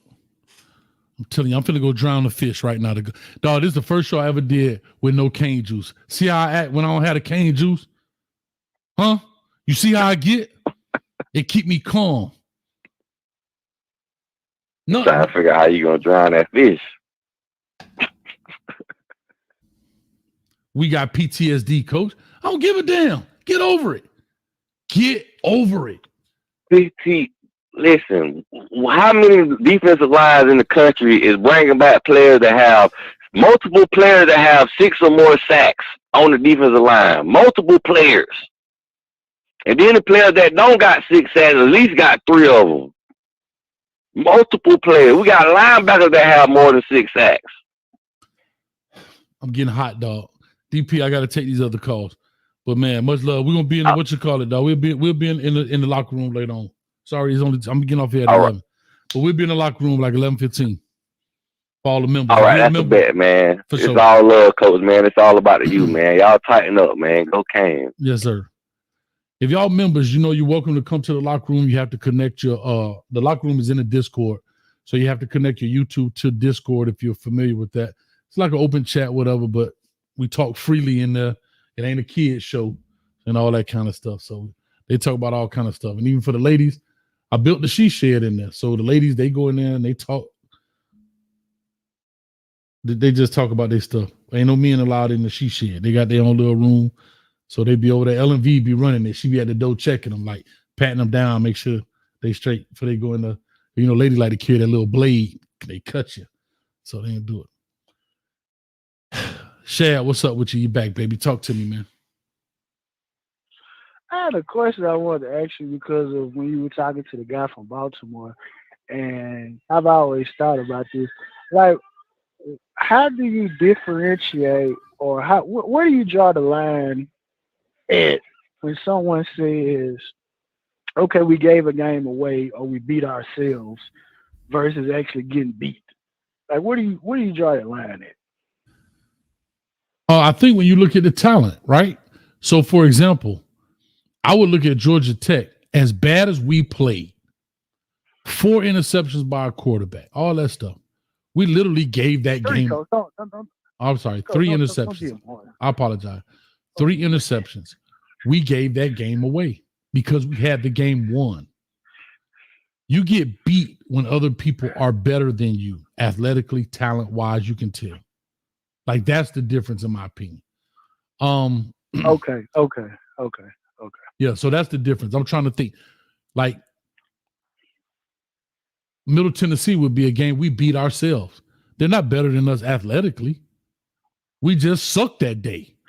And as a coaching staff, you didn't get your guys, whether it was physically or mentally or prepared to play in that game, and somebody took you to the woodshed. So that's how I kind of, I guess, differentiate the three. Okay, I mean, because I was wondering, because I was like, when do you give credit to the other team for like making a play like you said? You know what I mean? Like, because obviously when you have a talent advantage over a team, it's up to the other team to try to out-compensate for maybe a talent discrepancy. Mm-hmm. So I was just kind of, to me, I always felt like it's one of those, like, what came first, the chicken or the egg? You know, like they're one and the same. But, right. You know, so for example, Georgia Tech. So let's look at Georgia Tech. They recovered the fumble, and then yes, they went down and scored. I agree with that. So if you want, I give them credit for the win. Now I'm not taking it away, but the events that led up to them doing that should have never occurred, right? If I cook the chicken, he can never lay an egg. Does that make sense? Yeah. Let's cook the chicken, dog. Take the knee. You ain't got to worry about the chicken laying the egg because he's in the frying pan getting grilled. But you know, Coach, I know a lot of people say that. And I like, obviously we know what happened with that game. But I feel like why are people taking the heat off the referee? It wasn't a fumble. But don't make no. The reason I say that, again, you put it in the hands of the referee because you didn't cook the chicken. I understand. That's all I'm saying. I understand it. Yeah. I understand it, but I'm just saying, like, I feel like that's giving the referees somewhat of a being like for instance, like Porter, the referee in Ohio State Miami game. That's different. We're not letting him off the hook, even though the magnitude of the game was different. But in both situations, neither one of those plays were the final play of the game either. No, they're not the same, but the scenarios kind of were, because neither one of those plays were the last play of the game. Agreed. But we would say that had the play gone the correct way, we would have still won both games. Not trying to compare 0-1, 0-2 national title to no. I listen. So I agree with that, and I was going to actually bring that up. The difference is we had to run a play. Here, we did not have to run a play. We didn't even have to run a play. Take it. Now, if we would have fumbled the snap on taking a knee, and then it goes to the referees, then I'll be on the referee ass. But we didn't have to. You get where I'm coming from? Like, you know what I'm saying? Yeah. I mean, I'm with you. I'm with you. I say that, but I just, I understand the aspect. People gonna make jokes about it, people bring it up, but like I said, I'm not gonna get on Coach Cristobal so much about that. It'd be different. I would look at it differently if, like, he actually fumbled the ball. Then I say, okay, well, yeah, you shouldn't have done that. But it's like the young man did what he's supposed to do. Referees just effed it up, and subsequently, for whatever reason, that ended up with him somewhat being put into a doghouse. So it just exacerbated the issue. Well, the reason I disagree, I'm gonna tell you why I disagree, Shad. Because why do you take a knee? You take a knee so you don't take those risks. Well, of course. Right. But, so what I'm saying, I don't like taking a referee off the hook for something like that. That's just me. I would agree if we had to run a play to get a first down and then take a knee. I understand. Yeah, I understand what you're saying. I just feel like that a bad call like that should be spoken about the same way as you say, okay, well, Coach Cristobal, you should have taken a knee. It shouldn't have got to that. But also, we need to put heat on the referees that this is unacceptable and they can't continue to do this, because obviously we understand that 3 times last year they didn't give us 2 safeties, and they literally messed up the Georgia Tech game as bad as we played. So that's what I'm saying. Is like, it's like we need to kind of. It's like when Warren called in and he spoke about the penalties that weren't called on Ruben Dane, and how we said, okay, well, we're hoping that as a sophomore or junior, those calls get made, but it's like, is there evidence to support that he will get those calls moving forward? Well, I guess my difference is, but here's my difference, and I hear exactly what you're saying. You're not wrong, but however, that is out of your control as a coach. You may be mad about it. You could call a timeout and complain about it, but at the end of the day, that's out of your control. Taking a knee is in your control, right? Yeah, I'm not minimizing that. Yeah. No, but I'm saying we could complain about referees all day, and that's anybody, right? Yeah, we can. Yeah, because here's why I say I know. Those are egregious, though. Those are egregious. Yeah, but we've also had penalties that flip the other way around that were egregious in our favor. That's why. Yeah, but that's why. But that's why I don't like. Me personally, I don't like to pick. I mean, I get what you're not wrong. Like some of those calls are momentum changing, game changing, result changing. But when something is in your control, control it. That's all we're saying, right? Okay. Control it. When it's storming outside, it is literally raining cats and dogs. Should you throw the ball 1,000 times a game? No. It's in your control to run the ball, right? Like that you get where I'm coming from, like, so it's just. Well, I don't know, Coach, because that's an interesting example, because ball security on either side is of the utmost importance, whether you're throwing it or whether you know what I'm saying, running it. But if it's raining, you gotta hold on to the ball. But cats and dogs, what typically happens when it's raining cats and dogs? It slips out the quarterback hand, right? So that's why you run the ball, not because he can't throw it. Yeah. It's because he can't throw it, and it's probably harder to catch. So when you go to throw the ball, you're probably gonna get it incomplete because the ball is soaking wet. Yeah, and it's leather. It's slippery. Yeah. But like I said, I love what Darryl Fay said. I love what Warren said. But I always try to be of the mindset that I know what my team has. I know my team got a good defensive line. I know my team is returning one of the best quarterbacks, one of the best receiving cores, a great situation. But I can't be overly certain about this, because like I said, maybe I'm hurt from year one, because I was one of the people that felt like, hey, we were right at the door. The first year, or the last year, man of year, it's a couple of balls bounced a different way, maybe he would still be here. But, that's not how the cards fell. But a lot that came back that we felt very comfortable with. Obviously, we can argue back and forth about, this team right here being better than the team that he inherited. Yeah, we can have that argument, whatever the situation is. But I just say, like, with the transfer portal at the way that it is, we don't know what these other teams have. We're not giving other teams the benefit of the doubt that maybe they have developed some guys to be better. Obviously, we don't play NC State this year, but you got a situation like a guy like Concepcion, and you spoke about this on one of your previous shows, like how they used him at NC State to make plays, whether it was throwing the ball, running the ball, him being a quarterback, whatever. So the thing of it is like, well, you don't necessarily know if there's a guy that's been on one of these other teams that's ready for a breakout year. So that's why I'm kind of regarded in a sense, because maybe if this was a usual year and there was no transfer portal and we had this on paper, then I would be right along with everybody else and like, okay, there is no doubt in my mind that this has to happen. But it's just, you just don't know. Like, a guy could go here and blossom, whereas a guy could come over here and not live up to expectations. Because again, I'm of the mindset that I only care about what you do here at the University of Miami.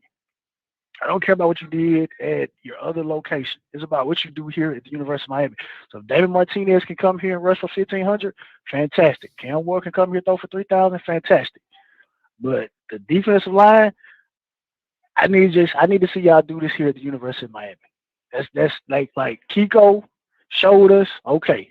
Daryl Porter showed us, okay. Those, situations like that. So that's how I look at it, me personally.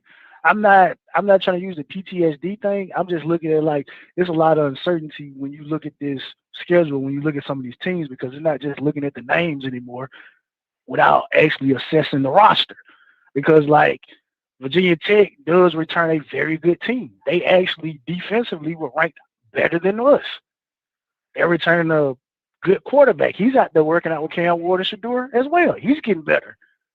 So, I mean, it's a lot of interesting things to me this year that differentiate maybe a regular year where it's like, okay, well, we're not concerned about the names on the schedule because we don't know because we know that we're better than them. All right, let me ask you this. Do you think, what do you think Caleb Downs will do this year? What do I think Caleb Downs will do?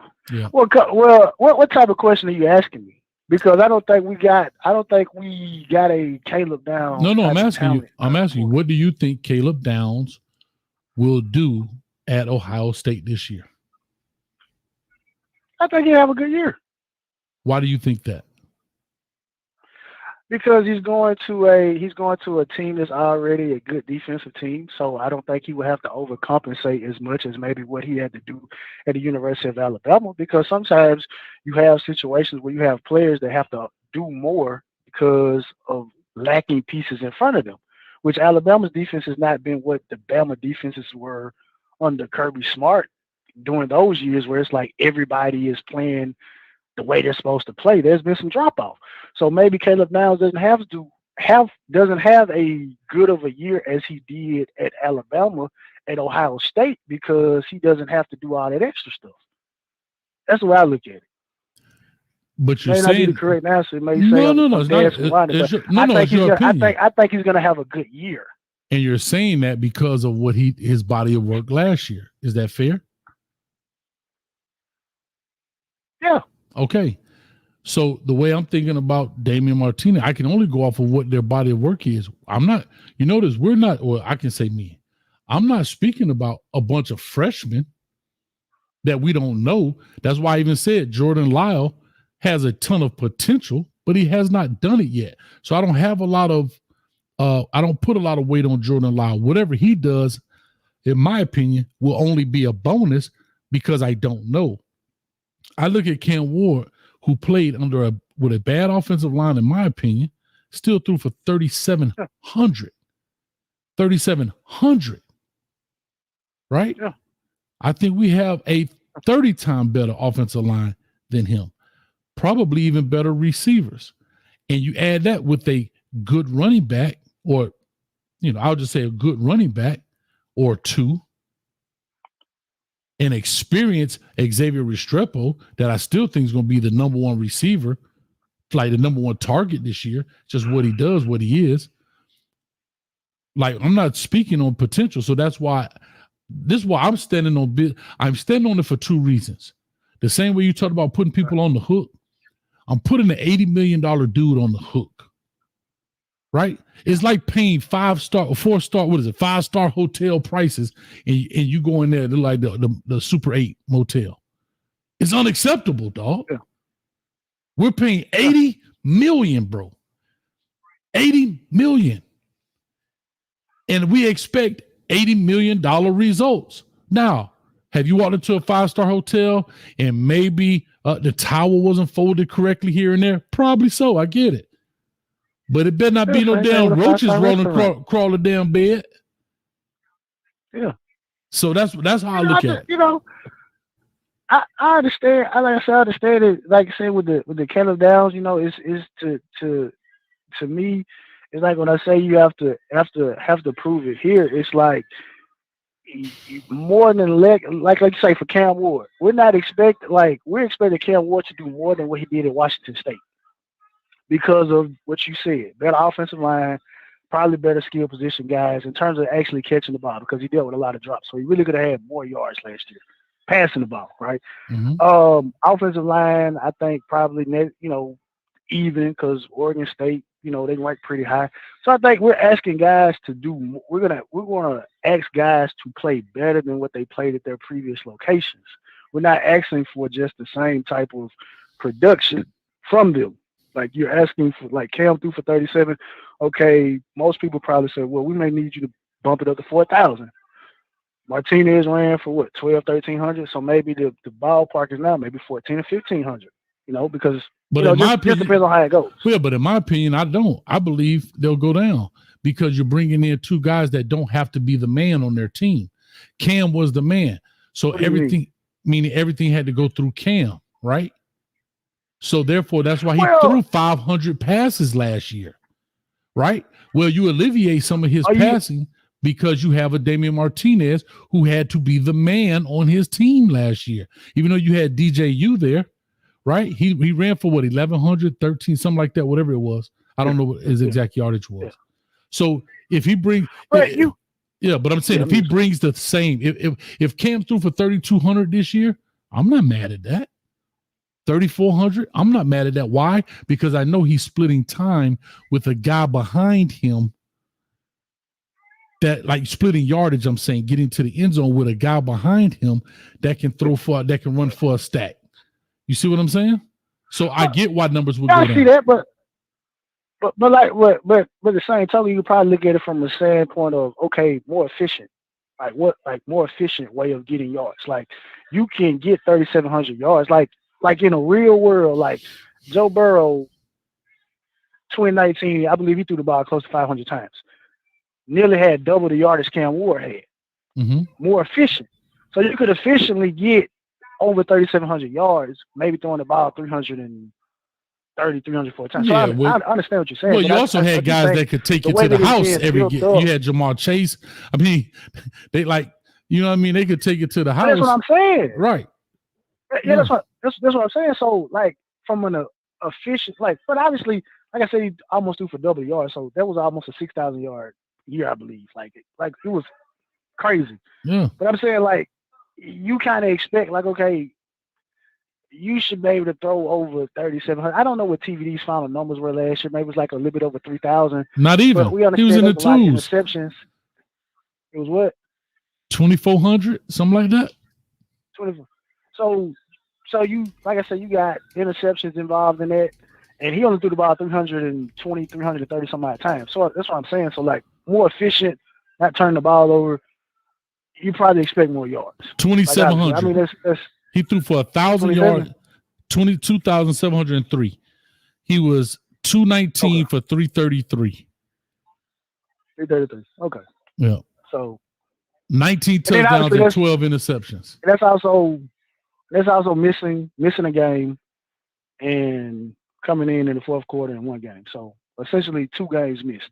So you probably could have got over 3,000. But you don't have to argue the semantics of it. But I'm just looking at it like that. I think people, we could disagree with this. We don't have to agree on it. But like I said, just looking at it, I think we do have to look at it from a standpoint of, I got you. What do the other teams also have in comparison to what we have? Because I think a lot of times, obviously, like I said, we're fans of Miami, so we're only concerned about what we got. So we feel like, hey, look, we're going to have this advantage because we got this player and we got that player, without really looking at what other schools have, because that's not, we're not as indebted to those schools, right?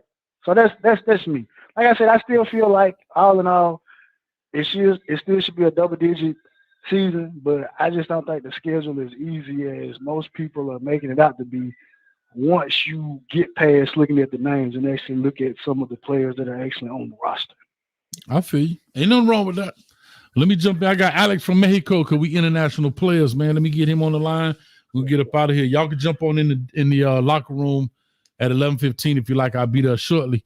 But yeah, man, it's after the party. It's the after party, and after the party, it's the hotel lobby. Then after the lobby, then it's y'all know how I do it. But anyway, let me go in and get Alex from Mexico, man. Yeah. All right. Appreciate it, Shad. Y'all check out Shad over there. I think he does his show with Truck and Chubby, and I know he's with you, South Coast Kane. So Shad bum coached out. Yeah, I'm bummed out. Fired up.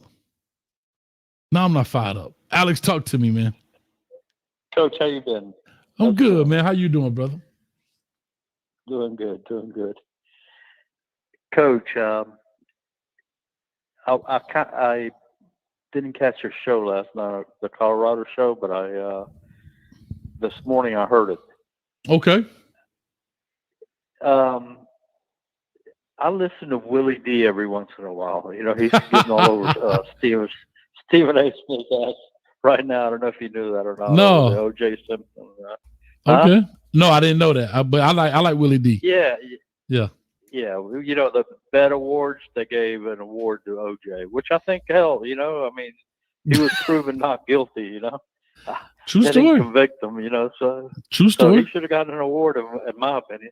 Yeah. But anyway, you know, I watch it every once in a while, and I know you've been concerned, and I've been concerned. I think everybody's been concerned about Miss Wilcox, Yes. and you know how he reads all the people before the show. He'll say such and such is here from Florida, or such and such is here from. He mentioned the Oracle from Florida. That was about 3 weeks ago. I wanted to let you know that. And I don't know if it's Miss Wilcox. I mean, he didn't say Miss Wilcox. He said the Oracle from Florida. Oh, okay. Well, So, that may be her. I don't know. I don't know if she go because her name is never that on here. That's just something I've called her. She may have taken that over there. I don't know. But if she's mad at me, Miss Wilcox, I'm sorry. If I did something wrong, I'm sorry. But yeah, I appreciate that though. Thank you, Alex. I'll definitely go try to check that out. Yeah, but so I didn't know that. So you're the one that created the article on your show, huh? I just called her that because of the information she used to talk about, and it was like the Oracle from the Matrix. That's why I started calling her the Oracle. But it was always Miss Wilcox was her name. Yep. Cynthia Wilcox actually is her name because she used to say that. Yeah, I actually say her whole name is Cynthia Wilcox because she said that before on the show. So it's not like I'm giving out any information, but she did say Cynthia Wilcox.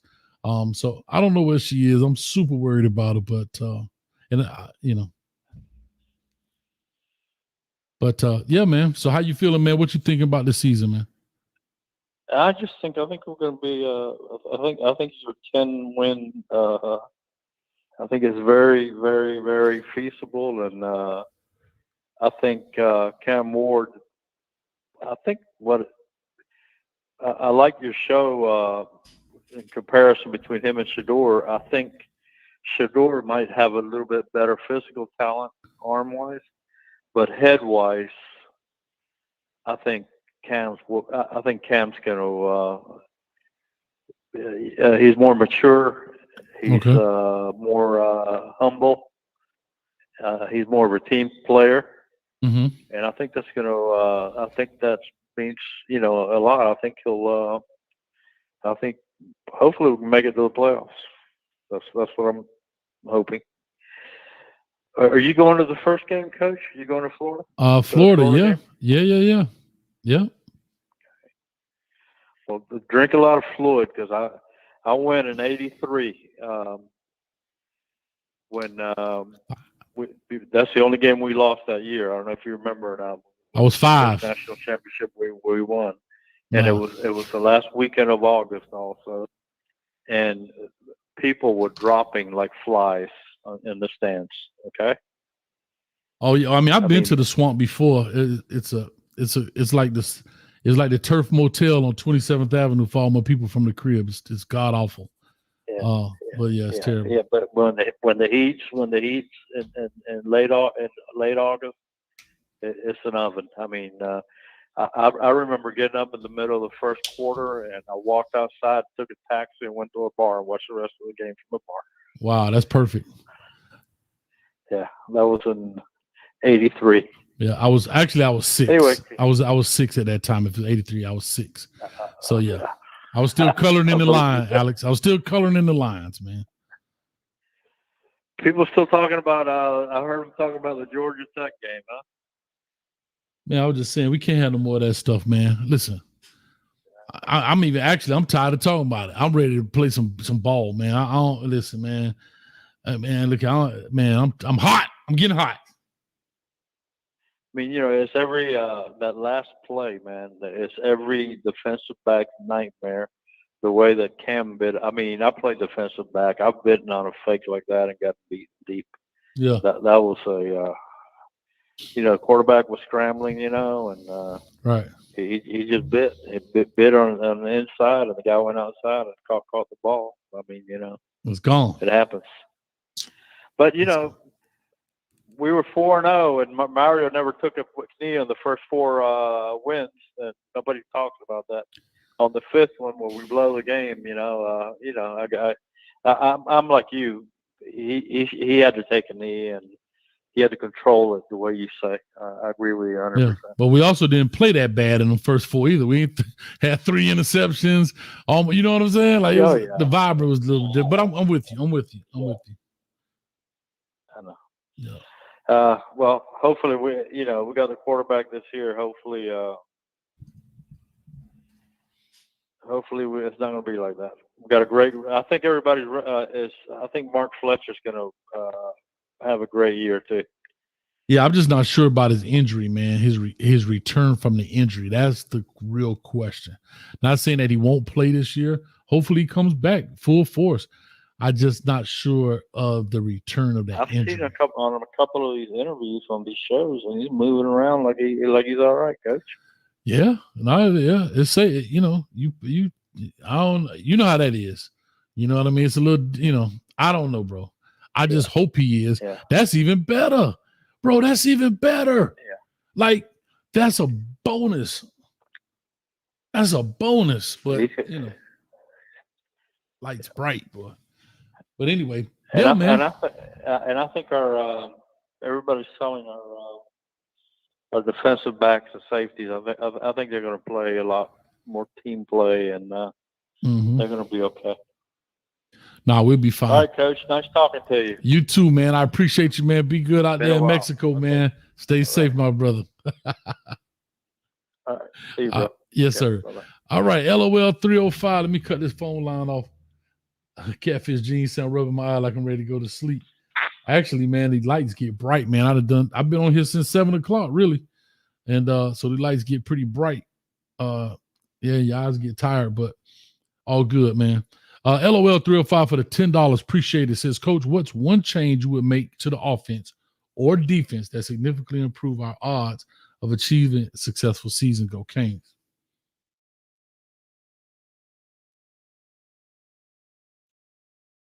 I have to be honest. Offensively, I really don't have any issues. When you say a change, I'm thinking personnel. I'm good with our personnel. I'm good with it. Maybe some depth at O-line. Because, see, that's what people don't think about. As you look through the O-line and the depth, maybe I would say that offensively. But if you look at the starting 11 and the other pieces, I'm good with all of that.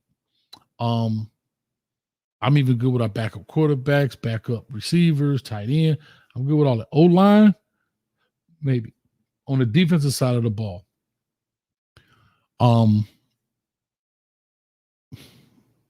the safety spot, I'm not so clean on.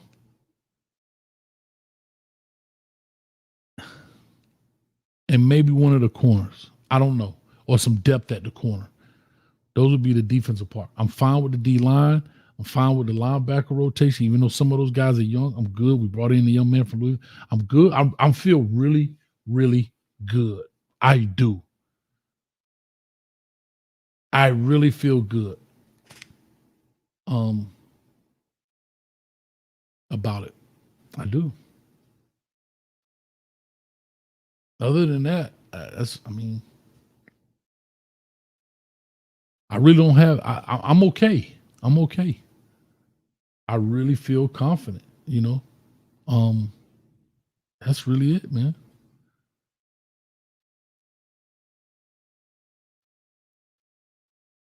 I'm trying to really think if I'm missing anything. I think I don't know didn't our punter leave? The center? Yeah, I think I'm good with Carpenter. I watched Carpenter. I watched some of the Indiana games that he played. I watched him there. Now his depth, again, His backup is Rodriguez. I don't, again.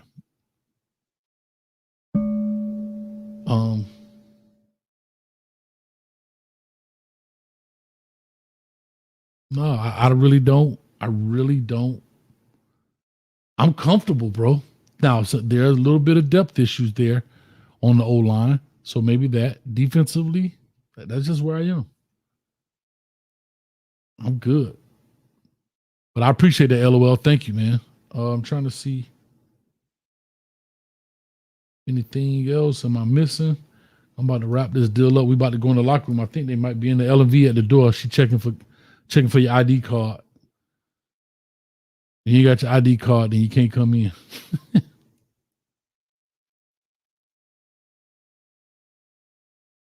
All right. So I'll just say this in conclusion, man. 319 people in the building. Thank you so much for coming through. Like I said, I know I've been kind of out of pocket a little bit just because I was taking care of family stuff. We had our big family reunion this weekend in Atlanta.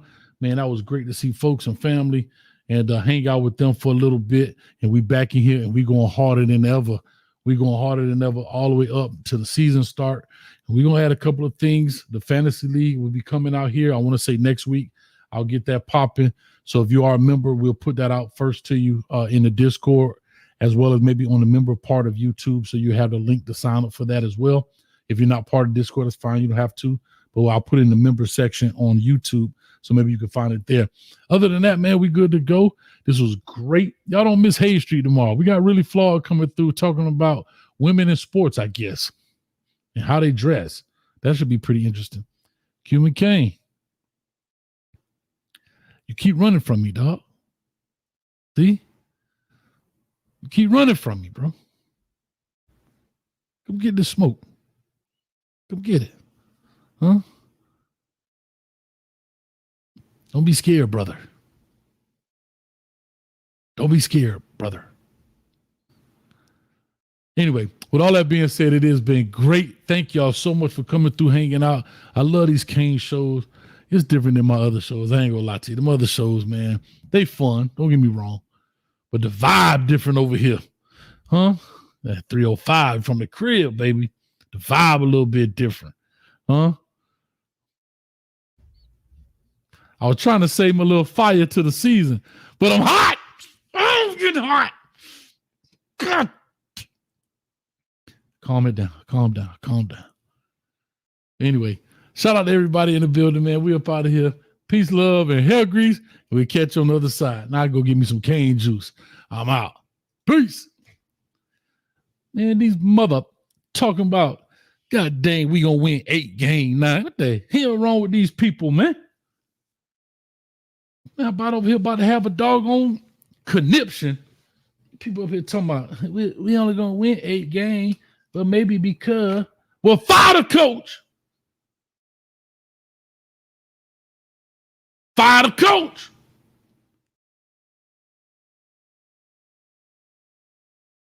If we don't feel that way, then that means you don't believe in him already. Get that crap out of here. Matter of fact, somebody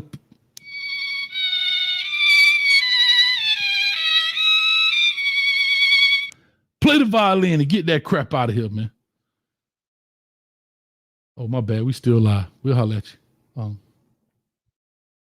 Peace. Cocaine.